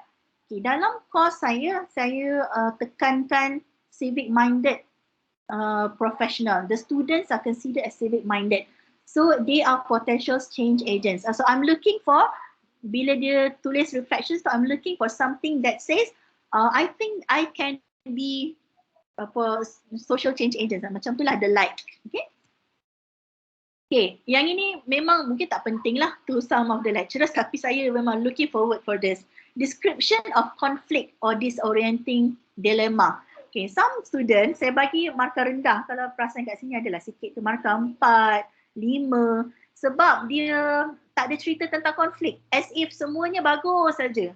Semuanya berjalan lancar. So my understanding, kalau kita terlibat dalam service learning project, it must be some kind of conflict and dilemma. And I wanted to know how you change or you solve the problem. Okay? And kalau students tu tak cerita, it could be student ni adalah sleeping partner in that particular project lah. Okay, walaupun mungkin tak betul. Tapi I wanted to know more. Okay, if the students saya highlight provide full description of the disorienting dilemma, conflict, challenge or issue of concern that includes multiple perspective, exploring alternative explanations and challenging assumptions. Ini memang saya bagi markah kau-kau. You can see that one of my students tu ada yang dapat 9. So saya sukalah, maknanya tu bagus lah tu. Okay, clarity. Yang ini bagi saya penting lah sebab saya pun ada students yang buat saya pening kepala kan. Baca, saya tak faham apa dia tulis. Okay, I give good marks to students who make an effort to make their reflection readable and enjoyable. Kalau bila saya baca reflection, it make me stressful kan sebab of the grammar lah ataupun tak sampai maksud lah. Memang saya tak bagi markah tinggi lah. So to me it's important, the language is clear and expressive. The reader can create a mental picture of the situation being described. Abstract concepts are explained accurately. Explanation of concepts makes sense to an informed reader. Okay, so this is very mudah lah bagi saya. Kalau saya tak tunjuk ni nama dia, tapi kalau anda lihat lah, sebab saya ada 2 kali reflection. So saya bagi markah based on this. It's make it easy sebab nanti saya boleh kira lah dia punya total tu berapa. Also saya ada satu lagi yang saya panggil they have to present. Sebelum akhir semester, I ask them to present about their project. So again, I created rubric. Okay, so untuk memudahkan saya sendiri menggrade dia lah. So I look in terms of organization of the presentation, the content, subject knowledge, quality of the slides, sebab some slides tu dia macam texty saja kan, tak ada effort pun nak make it ada gambar ke, macam seolah-olah dia tak buat kerja banyak lah tu. Kalau kita excited kan, kita very into that project, the student letakkan video lah, letakkan macam-macam resources there. Okay, there's also interactivity with audiences. Itu je lah nak men-share. Okay, saya buka balik slide. Kalau ada perkongsian, let me know. Ya saya? Perlukah kita share rubrik tu dengan student? Saya gembira, saya appreciate kalau ada lecturer yang buat begitu. Mudah untuk mereka. Spell out, tell them upfront, you are going to be graded based on this. So that, nombor satu, pada pendapat saya lah, and through experience, bila kita beritahu mereka what we expect from them, the quality of the reflection or the project increase. Okay, compared to when we don't tell them what we expect from them and ask them to think about it just because they are university students. Okay, you'll be surprised some of the university students yang ada kat universiti kita tu kadang-kadang mereka clueless sebab mungkin masa mereka sekolah mereka tidak banyaklah didedahkan dengan berkhidmat kepada community. So if you tell them upfront, they know what is expected. Sometimes they can create wonders. Yang tu saya suka tu. Okay. To me, yes, to share. Okay, thank you doktor yang bertanya. Saya teruskan. Thank you doktor. Okay. High impact practice dalam SULAM kategori student. Enough service hours to make the experience significant. Dalam SULAM, kita recommend 20 hours of service. It could be more, it could be, kalau less tu macam tak significant. Okay, sebab kalau terlalu sedikit, kurang daripada 20 hours, what is exactly students are doing? So again, 20 hours ni based on benda yang mereka buat dalam kelas and also outside class. You have to ask them. Okay, if you can bagi minta diorang evidence of log, contohnya discussions about the project. Okay, I'm sure biasanya mesti lebih 20 hours lah. Selalunya mesti lebih. Okay. Ensure that the students have direct contact with the community. Okay. Yang ini satu perkara yang students appreciate. Sebenarnya some of the students lah from my observations, some of them are segan, pemalu tau. So even to talk to their peers or the lecturers, dia segan. Tapi by being in the SULAM project, they are forced to buka mulut, to at least email orang tu. Okay. So allow them to have direct contact with the community. Tapi I wanted to share pesanan lah kepada all of you. Pesan tu biar berbakul sikit lah. When you allow them, especially your undergraduates, and when you allow them to contact the community partner, sebelum dia contact you, kita bagi nasihat macam mak bapak sikit lah, beletih sikit, cakap dengan dia, bahasa biar bersopan, benda-benda yang sometimes kita takut dia terlupa kan, sebab dia orang ni kan young generations, dia ada macam cara dia bercakap tu mungkin a little bit different lah, orang tak faham. Okay, be polite, be respectful, all those things tu bagi tahu siap-siap. Otherwise, your reputation also tarnished. Okay, sometimes some of the projects dia ada dua approaches lah. Sometimes you can go to approach one, which is you yourself as the lecturer cari project for the students. Okay, in that case, you will do the preparation before the class start. For example, you negotiate with the NGO, Agensi Dada Kebangsaan. You kata, oh, okay, this is a course next semester, kita nak buat macam ni, macam ni. So you have the direct contact with the partner, with the community partner. Okay. Another approach and second approach is what I did. I asked the students themselves to contact the possible community partner because I believe in passion. Some students dia dah ada connection, so I don't want to waste time for them to cari connection baru. Or some of them baru dia ada strong interest terhadap certain issues. For example, I'll show you later. One of the project is stranger danger awareness. The project, the student tu dia rasa macam Dia nak educate children about stranger danger dalam online environment. Okay, so perasaan dia tu kuat sangat. So dia pun carilah partner yang bersesuaian. Okay, in that context, the partner is the school children.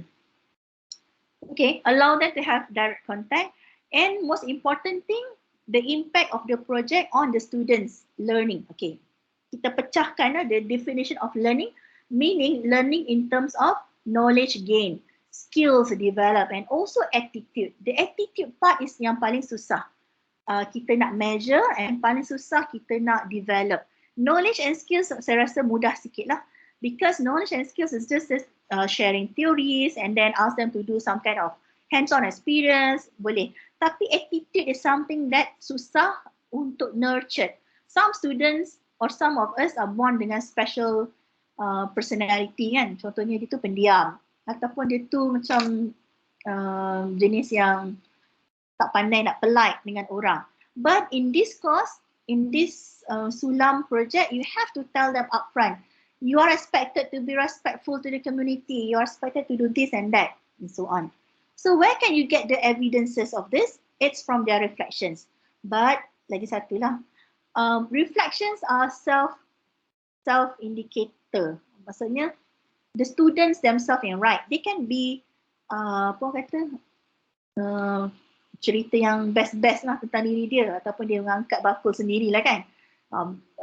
It happens. Okay, sebab dia adalah self-based evaluation or assessment. You need to be resourceful sikit. Maybe during the discussions with the whole group, you can ask how is the particular students doing. Ask them to talk about peers. I know that some of the lecturers, mereka buat peer assessment. Okay, in my case, I tak buat peer assessment. Number one, sebab I rasa banyak sangat things that I have to grade. I don't like that. I wanted to focus on the students' processes, so I don't care banyak sangat. I don't want to put more attention to the small, hanky-panky, kecil-kecil punya details lah, macam kecil hati ke apa ke. I wanted them to focus on the solutions more lah. Okay, peer assessment is also another thing lah. If you want, if you have time, please, by all means, do it. Okay, but I don't lah. Okay. Second category to make it impactful is the faculty or the lecturer or the instructor. The most important thing is that the design of the course. Tadi kita ada beberapa soalan kan, perlukah the perkataan community, perkataan partners or participant spell out clearly in the course learning outcome? Jawapannya tidak perlu. Tetapi the design of the course tu mesti purposeful, mesti related to SULAM. Okay, I will skip about course design sebab ada recording sebelum ni dan ada juga dalam slide which you can always refer or you can always contact me if you want lah. Dr. Najwa ada, Dr. Hafiz pun ada di USIM, you can always talk to them. So purposeful design, you need to have like a big aim. Okay, in my course, I always start the class dalam minggu pertama dan minggu yang kedua. I always tell them about the concept of civic mindedness. Civic mindedness is that the person have the feeling and the perasaan, the awareness that whatever they are doing in their professional work, okay, in my context, instructional design, have impact to the broader society. Okay, so if they are doctors, they are trained to be doctors. Whatever they are doing with one specific patient have broader impact to the other people. For example, the relatives, the families of the patient and so on. So I wanted them, we keep on talking about that. And secondly, I always make it, actually there is a civic minded, ada kat sini, senang sikit nak cakap kalau ada rajah.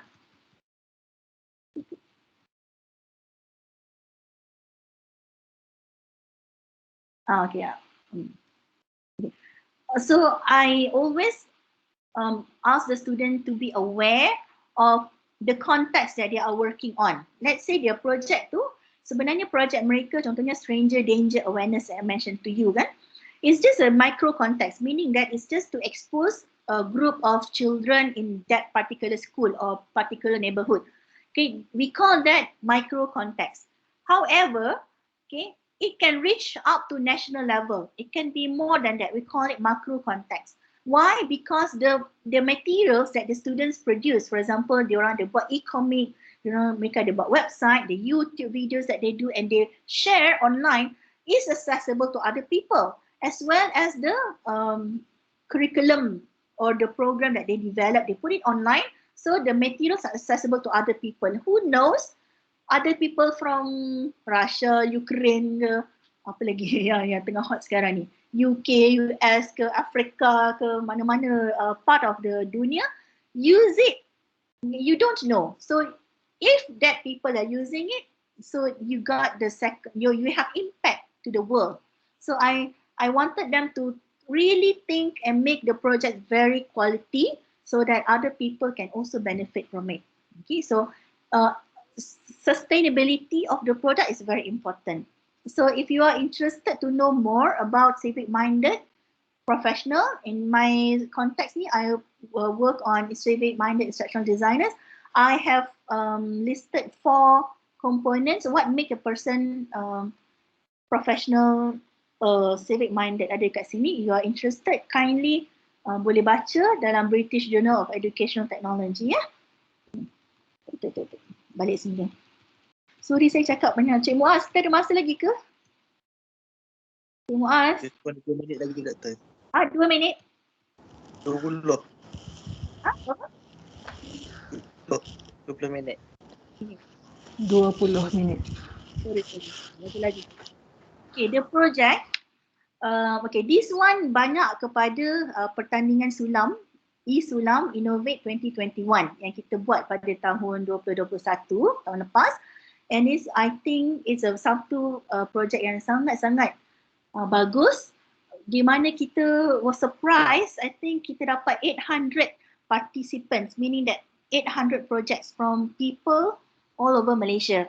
Maksudnya, SULAM ni telah pun dijalankan oleh rakan-rakan kita. They just sometimes they don't know that, oh, this is SULAM. Okay, I'm sure when you were listening to this presentation, you also say, I pun tengah buat SULAM. You just don't know it is SULAM. Okay, so now you know, maybe I think next year akan ada pertandingan lagi, you can masuk dalam pertandingan tersebut. So based on the project, okay, this is very important juga. The project must be very specific and targeted to specific community. Okay, ada project yang kita buat tu, some of the project that I've seen is just too general. Contohnya, teaching Portuguese.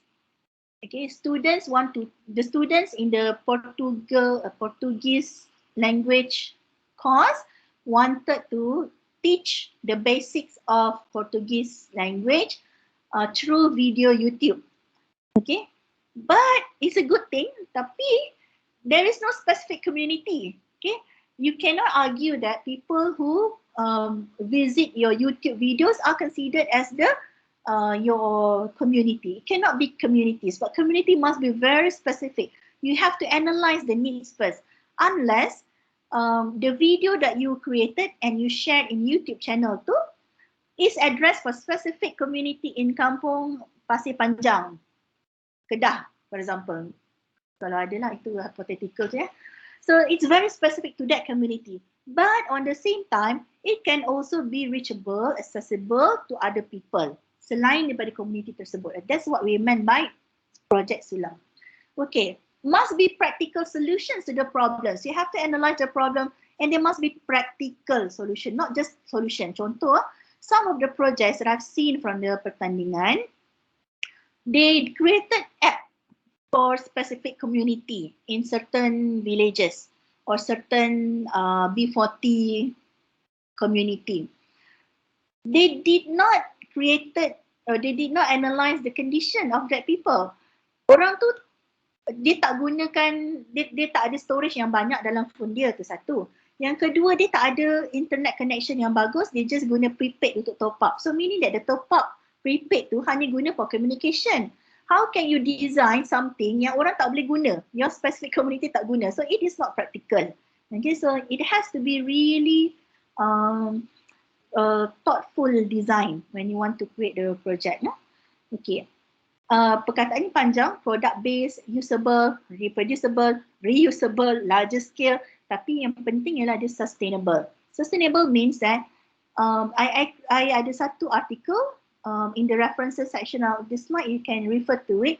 What we meant by sustainable. Sustainable means that when the students created a project, a material for the specific community, that material is also can be usable banyak kali. It's not just for that specific semester, but even after the students have graduated daripada course tu, the community can still use it.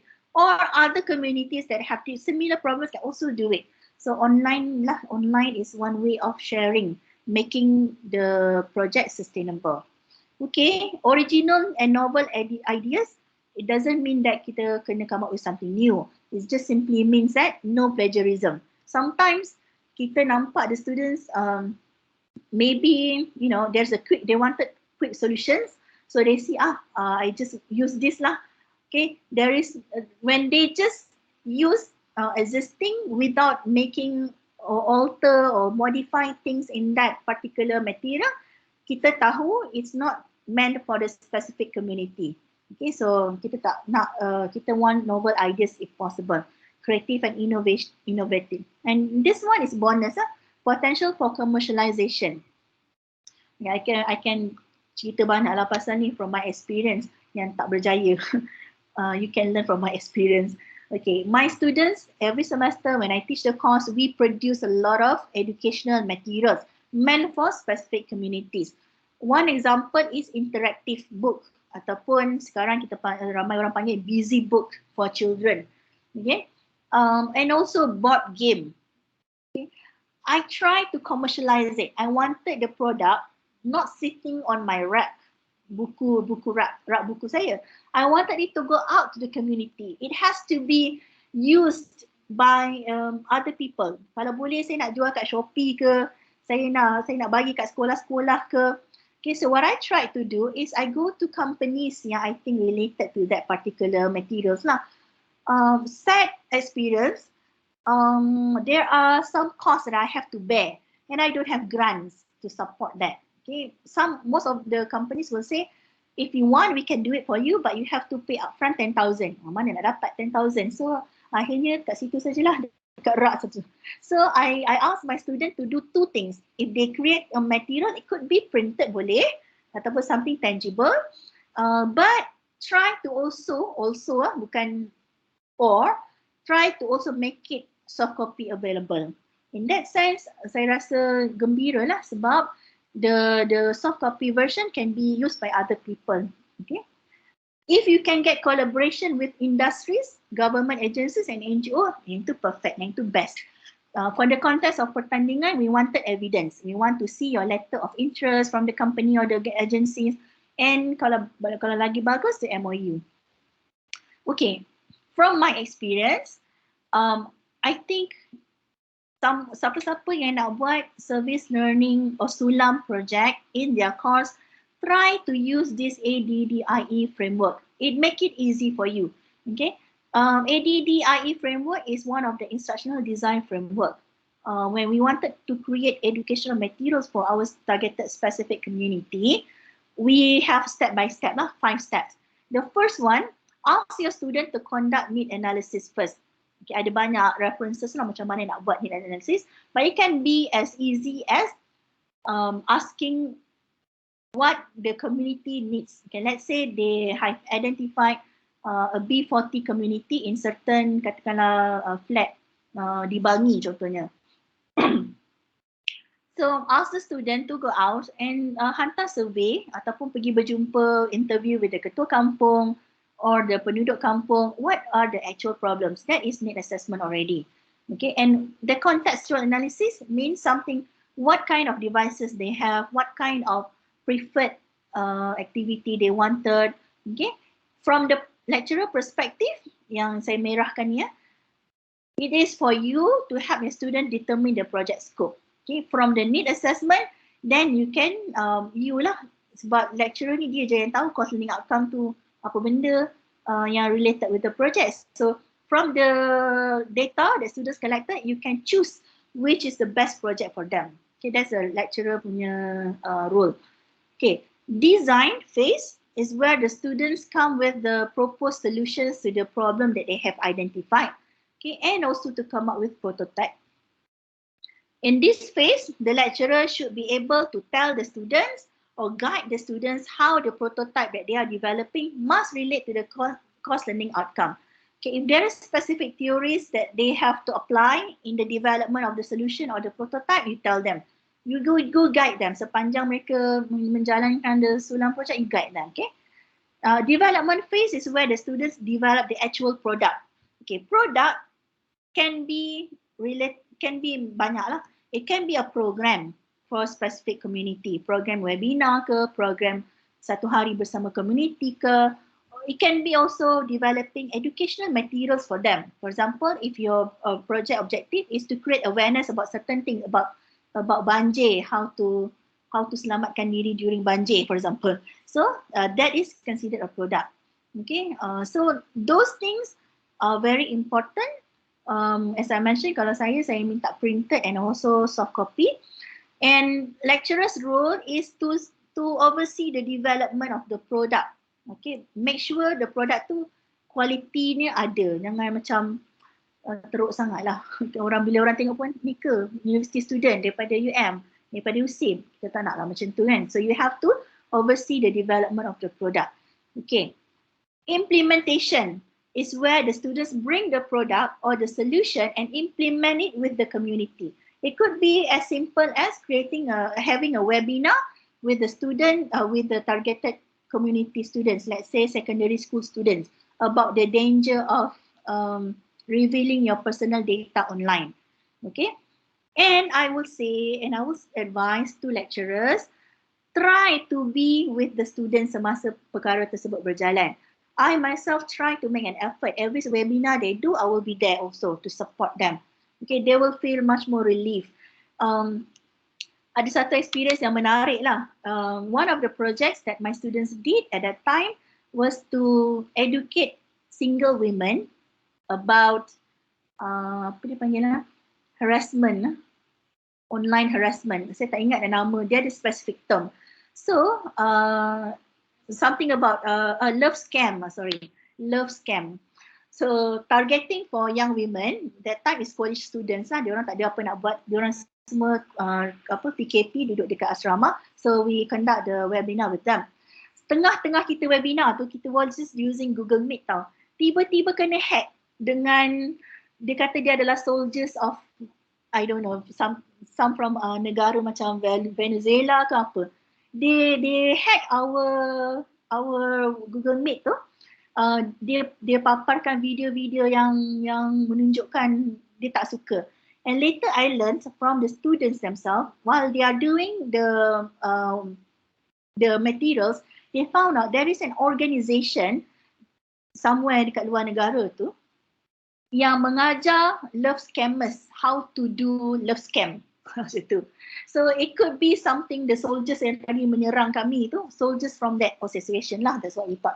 So semua orang panik, semua orang tak tahu apa nak buat, kita tak tahu macam mana nak buang orang tu. Setiap kali kita remove that orang yang hackers tu, dia akan masuk balik. So we quickly created Zoom pula channel and we bagi certain code lah untuk the participant untuk masuk. That was interesting experience. I was there. Okay, so masa tengah panic kalut tu, I was texting the student, tengah call dia sebab kita tengah cari solutions. So they were so happy to have support from the lecturer. Okay, last but not least, evaluation part. Jangan lupa, after students created or implemented the project, ask the students to get data lah, kita panggil data, or we can say perceptions of the community. What do they think of the effectiveness of the project or the solutions that the students develop for that community? So for you as a lecturer, this is very, very important. Because this is where you can capture the students whether they have developed in terms of knowledge, skills and attitude. Macam dah banyak masa, okay. Last. Sebenarnya ada banyak lagi nak cerita tapi tak apalah. Sangka pula panjang. Okay, this is something that I've learned from one of the seminar or bengkel that I have attended. Okay, I went to USM and ECAP has they call laser program. Laser ni I can't remember the name lah, tapi leadership, about something leadership and community learning. And I learned in that session there are several grants that we can use.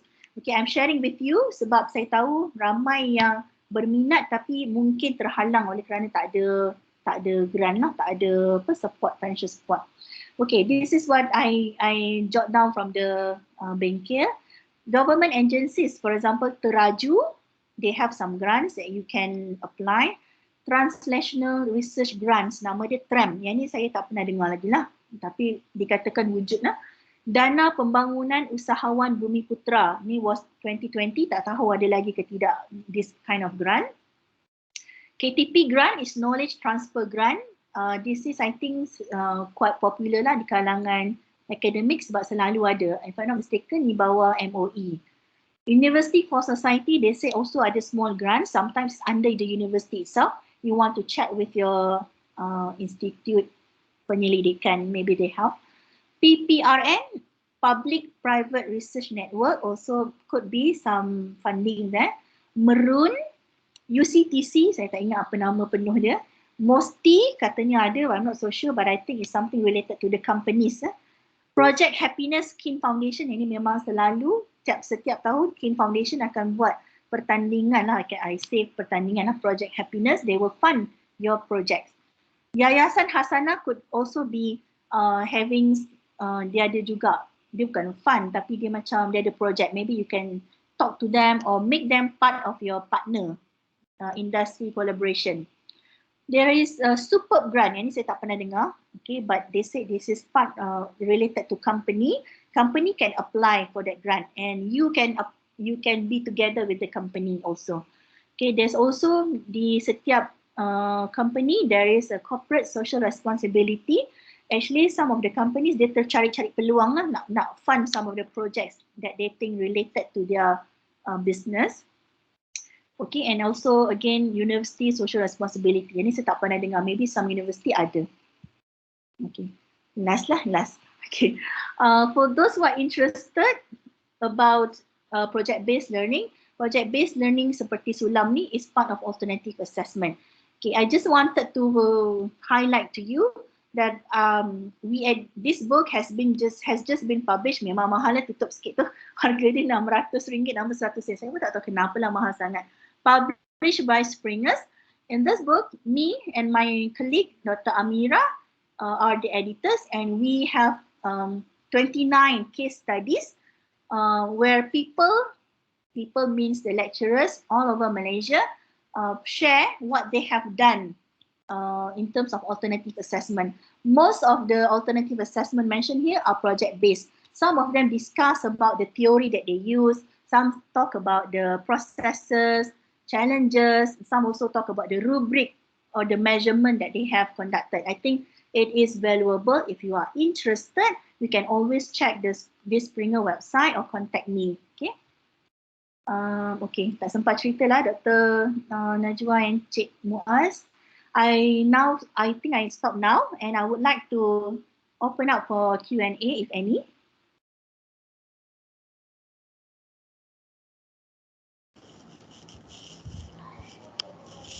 Silakan semua, kalau ada soalan silakan. Kalau ada di chat pun saya check.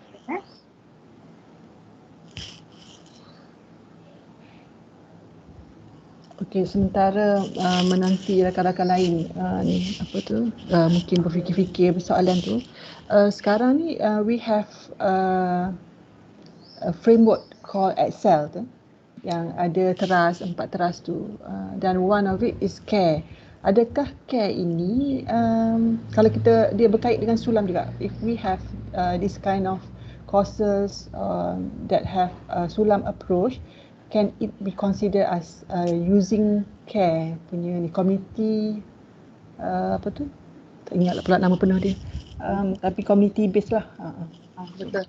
Thank you Dr. Najwa for the question. Okay, saya memang tak terlibat dengan Excel ataupun CARE, but I know one of the Jawatan Kuasa Strategik member, I think Professor Mada, Dr. Rafi'ah is in the task force.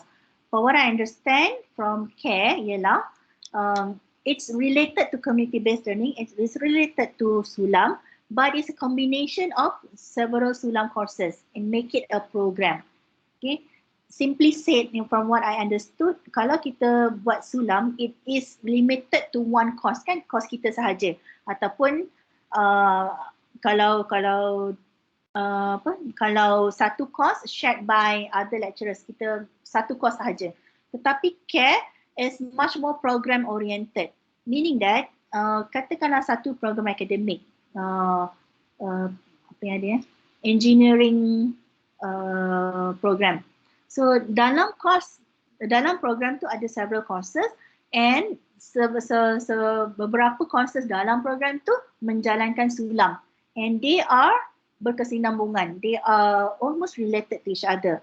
I think related dengan apa soalan one of the friends yang tanya tadi tu, tentang macam mana 2-3 courses combine tapi access differently.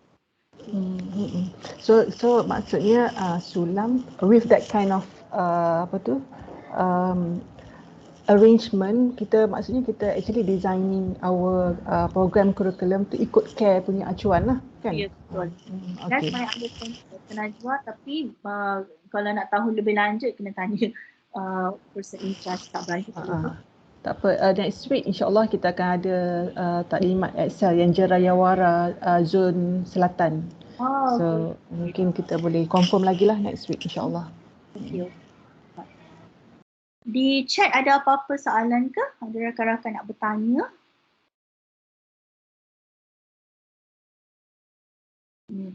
Tak ada rasanya. Assalamualaikum Doktor. Waalaikumsalam. Shadia here. I think in the last, thank you for your sharing this morning. Very interesting. I think in the last few slides, you wanted to share example of SULAM project, I think. So perhaps you can share that with us so that it gives us an idea about SULAM projects. Thank you. Boleh. Saya okey je. Semua takut tuan-tuan dan perempuan tak ada masa. Okey, kat sini ya. Saya ambil 3 contoh daripada pertandingan e-SULAM yang menang baru-baru ni. Mereka ni, Johan tempat pertama, dia ada 2 kategori dalam pertandingan e-SULAM. Kategori projek, maksudnya projek yang dijalankan, yang betul-betul dijalankan. Satu lagi dipanggil konsep. Konsep maksudnya projek tu hanyalah konsep. Dia tak jalan dan tak dilaksanakan dengan mana-mana community. So I'm sharing the 3 winners lah daripada kategori projek terbaik. Okay, Johan ialah Polytechnic Port Dickson. This is the synopsis of the project. Saya tak boleh share banyak. Saya tak minta pun kebenaran daripada orang ni untuk share. Tapi daripada sini kita lihat this project adalah kajian base. Research base yang tadi saya kata ada 4 jenis approaches kan. Ada direct, indirect, ada research base. So this is research base. So apa yang pelajar ni buat, saya gariskan kat situ. Objektif utama penyelidikan terhadap masjid ini, nama masjid tu Masjid Lama Kampung Kuala Serdang yang berusia 112 tahun di Tanjung Ipoh, Kuala Pilah, salah satu masjid tertua di Negeri Sembilan. Objektif utama penyelidikan ialah mengenal pasti, merekod dan mendokumentasi sejarah dan elemen seni bina untuk dijadikan simpanan di dalam unit kajian alam warisan Negeri Sembilan, Kawans. Okay, if we look at the objective tu, kita dah ada SMART indicator. Kalau nak buat learning outcome kan, kita kena guna SMART kan. SMART. Antaranya ialah measurable. Okay. Yang ini kita boleh nampak, mengenal pasti. Perkataan yang diguna tu memang boleh di-measure. Mengenal pasti, merekod, mendokumentasi. And we can also see ada NGO ataupun agensi yang terlibat, in this case Kawan, Kajian Alam Warisan Negeri Sembilan. Okay. Metodologi kajian, so they talk about how they're using it, or how they are doing it in the context of research-based SULAM. Metodologi kajian yang diguna pakai adalah kaedah pengukuran secara visual, kaedah tekapan terhadap butiran terperinci, dan kaedah temu bual secara lisan untuk mendapatkan informasi mengenai bangunan berkenaan. Okay. This project give us all the information we need. Okay, walaupun dia adalah berbentuk research based, selalunya research based ni selalunya lah, kadang-kadang saya nampak research base orang lebih kepada literature review saja. Tapi yang ini tak, dia minta the student tu pergi buat menggunakan kaedah tekapan, kaedah pengukuran, which I don't know what that is lah, tapi saya bayangkan something go out and lukis semula perhaps. So dan juga kaedah temu bual. They have interaction with certain community dalam berkaitan dengan masjid tersebut. Okay. Selepas itu, they have this JHEAINs, Jabatan Al-Ehwal Agama Negeri Sembilan, dan pemilik asal masjid berkenaan turut terlibat secara langsung dalam menyampaikan maklumat latar belakang dan ciri-ciri binaan tradisional serta pengaruh terhadap masjid lama di Negeri Sembilan. Okay, so there is interaction, there is a community partner involved, there's a methodology kajian ataupun methodology of implementation dibuat. And there are some products. Okay, kita di hujung ni saya tak gariskan, dapatan kajian, maksudnya produk dia ialah kajian. Mungkin report lah, menunjukkan Masjid Lama Kuala Serdang merupakan masjid warisan yang bercirikan seni bina Nusantara dan mempunyai nilai sejarah yang dipelihara. Okay, ada tak elemen sustainability di sini? Ada. Okay, kerana mereka, lepas mereka buat kajian ni, mereka kata dijadikan simpanan untuk kawan. Okay, dia dah buat dan diserahkan kepada agensi yang bernama Kawan. Okay, sebab itu mereka memenuhilah kriteria sehingga menang peringkat Johan. Contoh yang kedua adalah naik Johan iaitu Politeknik Ungku Omar. Okay, kajian ni dari satu segi bagi saya, projek ni dari satu segi agak simple lah, maknanya semua orang buat. Okay, tetapi the way they write the synopsis project tu sangat-sangat bermaklumat lah, semua ada. Contoh mari kita lihat yang pertama. Dia ada problem statement. They're talking about COVID-19 pandemic and everyone has to learn online. Okay, they say terdapat kekangan dalam kalangan pelajar, khususnya pelajar di kawasan luar bandar dan tiada capaian internet. Situasi ini menyebabkan pelajar tiada rujukan secara di luar talian. Manakala guru juga kurang pengetahuan dan teknik untuk menukarkan nota dalam bentuk aplikasi. So we know that, okay, nombor satu, dia nak tackle masalah related to online teaching and learning. Okay, kemudian kita tengok, siapa dia orang ni? Ada kaitan tak dengan course dia? Excuse me. So these are kumpulan pelajar semester 5, sarjana muda teknologi kejuruteraan awam. Okay, tetapi mereka menggunakan kaedah SULAM, atau dia sebut sini khidmat masyarakat, melalui satu kos yang bernama khidmat masyarakat. Okay, dengan membantu para guru dan sekolah yang terpilih menghasilkan aplikasi Android Application Package atau APK yang memudahkan pengaturan nota oleh guru serta proses PDP pelajar tanpa talian internet. Okay, so this is something new lah, kreatif, inovatif, semua ada ciri-ciri tu. The product that they hasilkan, that they produce is something that can also be reusable next time. Okay, perhaps they can expand it atau commercialize it if they want. So kita lihat para pelajar ni, kemahiran sedia ada yang mereka belajar tu mereka gunakan untuk projek ni.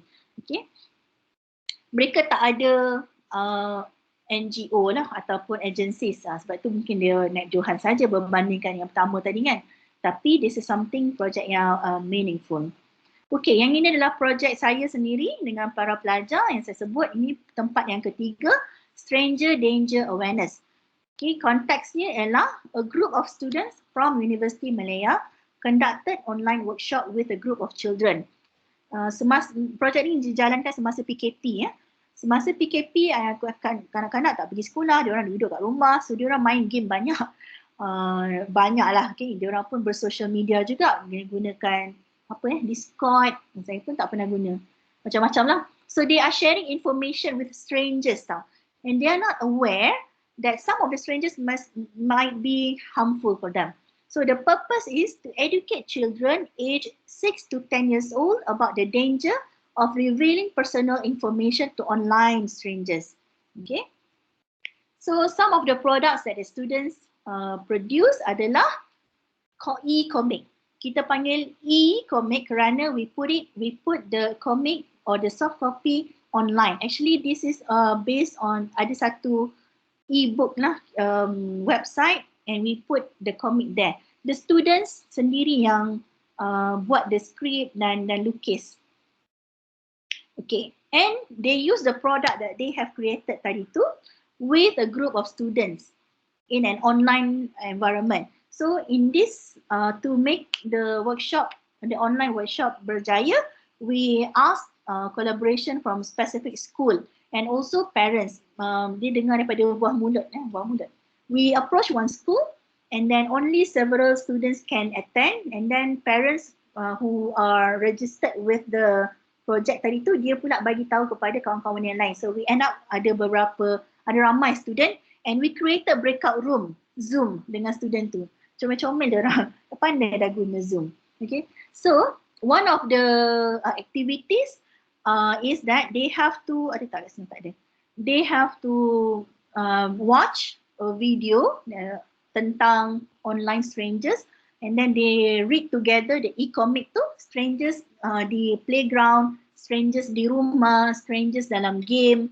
They discuss and at the end as the assessment for that particular children ni, kita minta mereka draw posters yang menunjukkan mereka faham apa yang mereka dah belajar and we give them prizes for that. So they are very sporting budak-budak ni, cepat tangkap, cepat-cepat dia orang lukis-lukis, lepas tu dia orang tunjuk and then they are very vocal, dia ceritalah poster dia tentang apa, cute girl macam ni, comel, 6 hingga 10 tahun. So that's the project lah for the yang saya nak tunjuk tadi. Harap boleh membantu ya. Ada soalan lagi ke daripada audience ataupun perkongsian ke?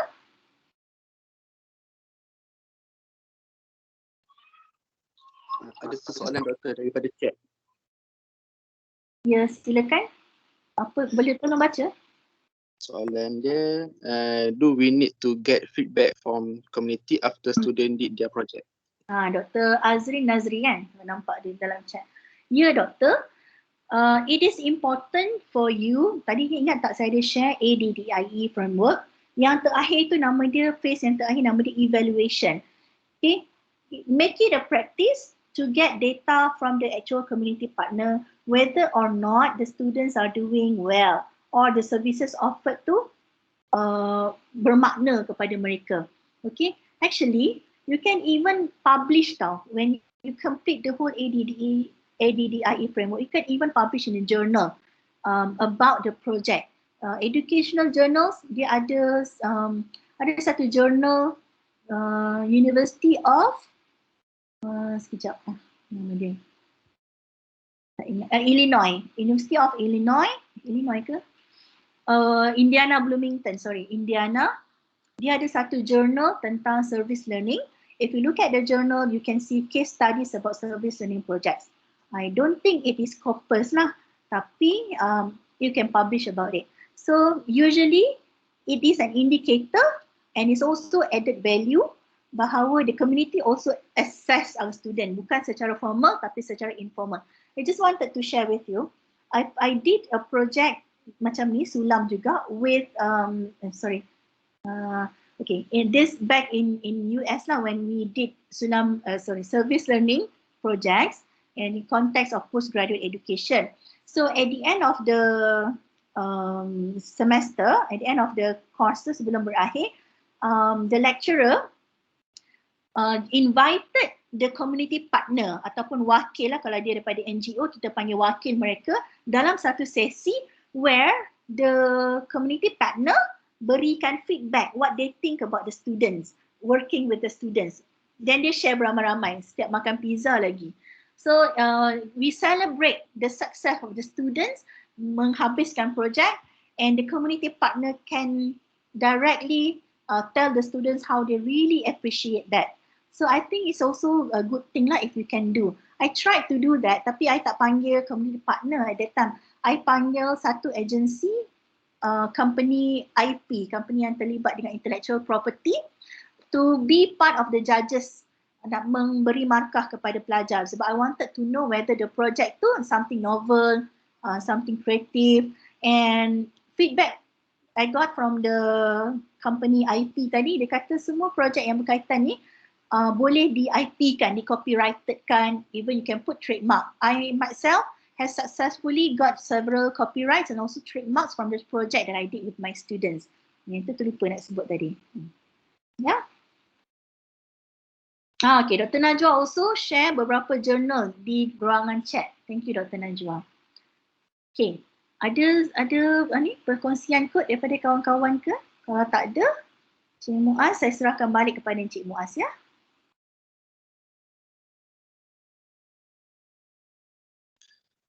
Peluang terakhir sebelum kita tamatkan sesi ni, ada soalan lagi ke? Baiklah, sekiranya tak ada, sampai di sini saja kita punya sesi webinar pada hari ini. Dan sedikit penghargaan terima kasih kepada Prof. Madia Dr. Farah Dina atas kesudian untuk bersama-sama kita pada hari ini. Dan juga terima kasih juga kepada tuan-tuan dan puan semua atas kesudian untuk menghadiri sesi webinar pada hari ini. Dan insyaAllah kita akan bertemu lagi pada sesi-sesi yang akan datang insyaAllah. Jadi itu saja. Saya nak bagi tahu slide yang dikongsikan Cik Muaz tu saya tak masukkan, ada few minutes yang saya letak, contohnya grants. Nanti saya akan share semula dengan Cik Muaz ya. Yang terkini, saya baru update. Okey, baik doktor. Terima kasih. InsyaAllah nanti saya akan sharekan slide tu lah dengan rakaman ni pada email semua peserta insyaAllah. Okay, terima kasih. Terima kasih doktor. Assalamualaikum warahmatullahi wabarakatuh. Waalaikumsalam warahmatullahi wabarakatuh. Okay, terima kasih Dr. Farah. Second time datang insyaAllah. Banyak jugalah ilmu yang baru kita orang dapat ni. Dr. Farah, yang pertandingan sulam tu will be this year or next year? Dia 2 kali setahun ni? Tahun ni tak ada. Saya rasa tahun depan kita akan buat, tapi dengan berwajah baru lah. Sebelum ni pertandingan tu e-sulam saja kan, online. Tapi kali ni ada 2 kategori, itu yang kami cadangkan. I see, okay. There is another conference also. Sebelum ni tahun lepas dibuat oleh UTM. Tahun ni atau mungkin tahun depan juga akan dibuat sekali lagi dalam konteks yang lebih besar. Nama dia SULAM Conference. SULAM International Conference. Kalau ada info, penyelaras SULAM akan share kan Dr. Najwa. Okay. So kita take note lah, something to look forward lah kan. Kita prepare something and then sebab selalu student pun dia excited kalau dia boleh masuk benda-benda macam ni kan. Okay, terima kasih. Assalamualaikum. Terima kasih semua yang hadir. Assalamualaikum warahmatullahi wabarakatuh. Terima kasih doktor.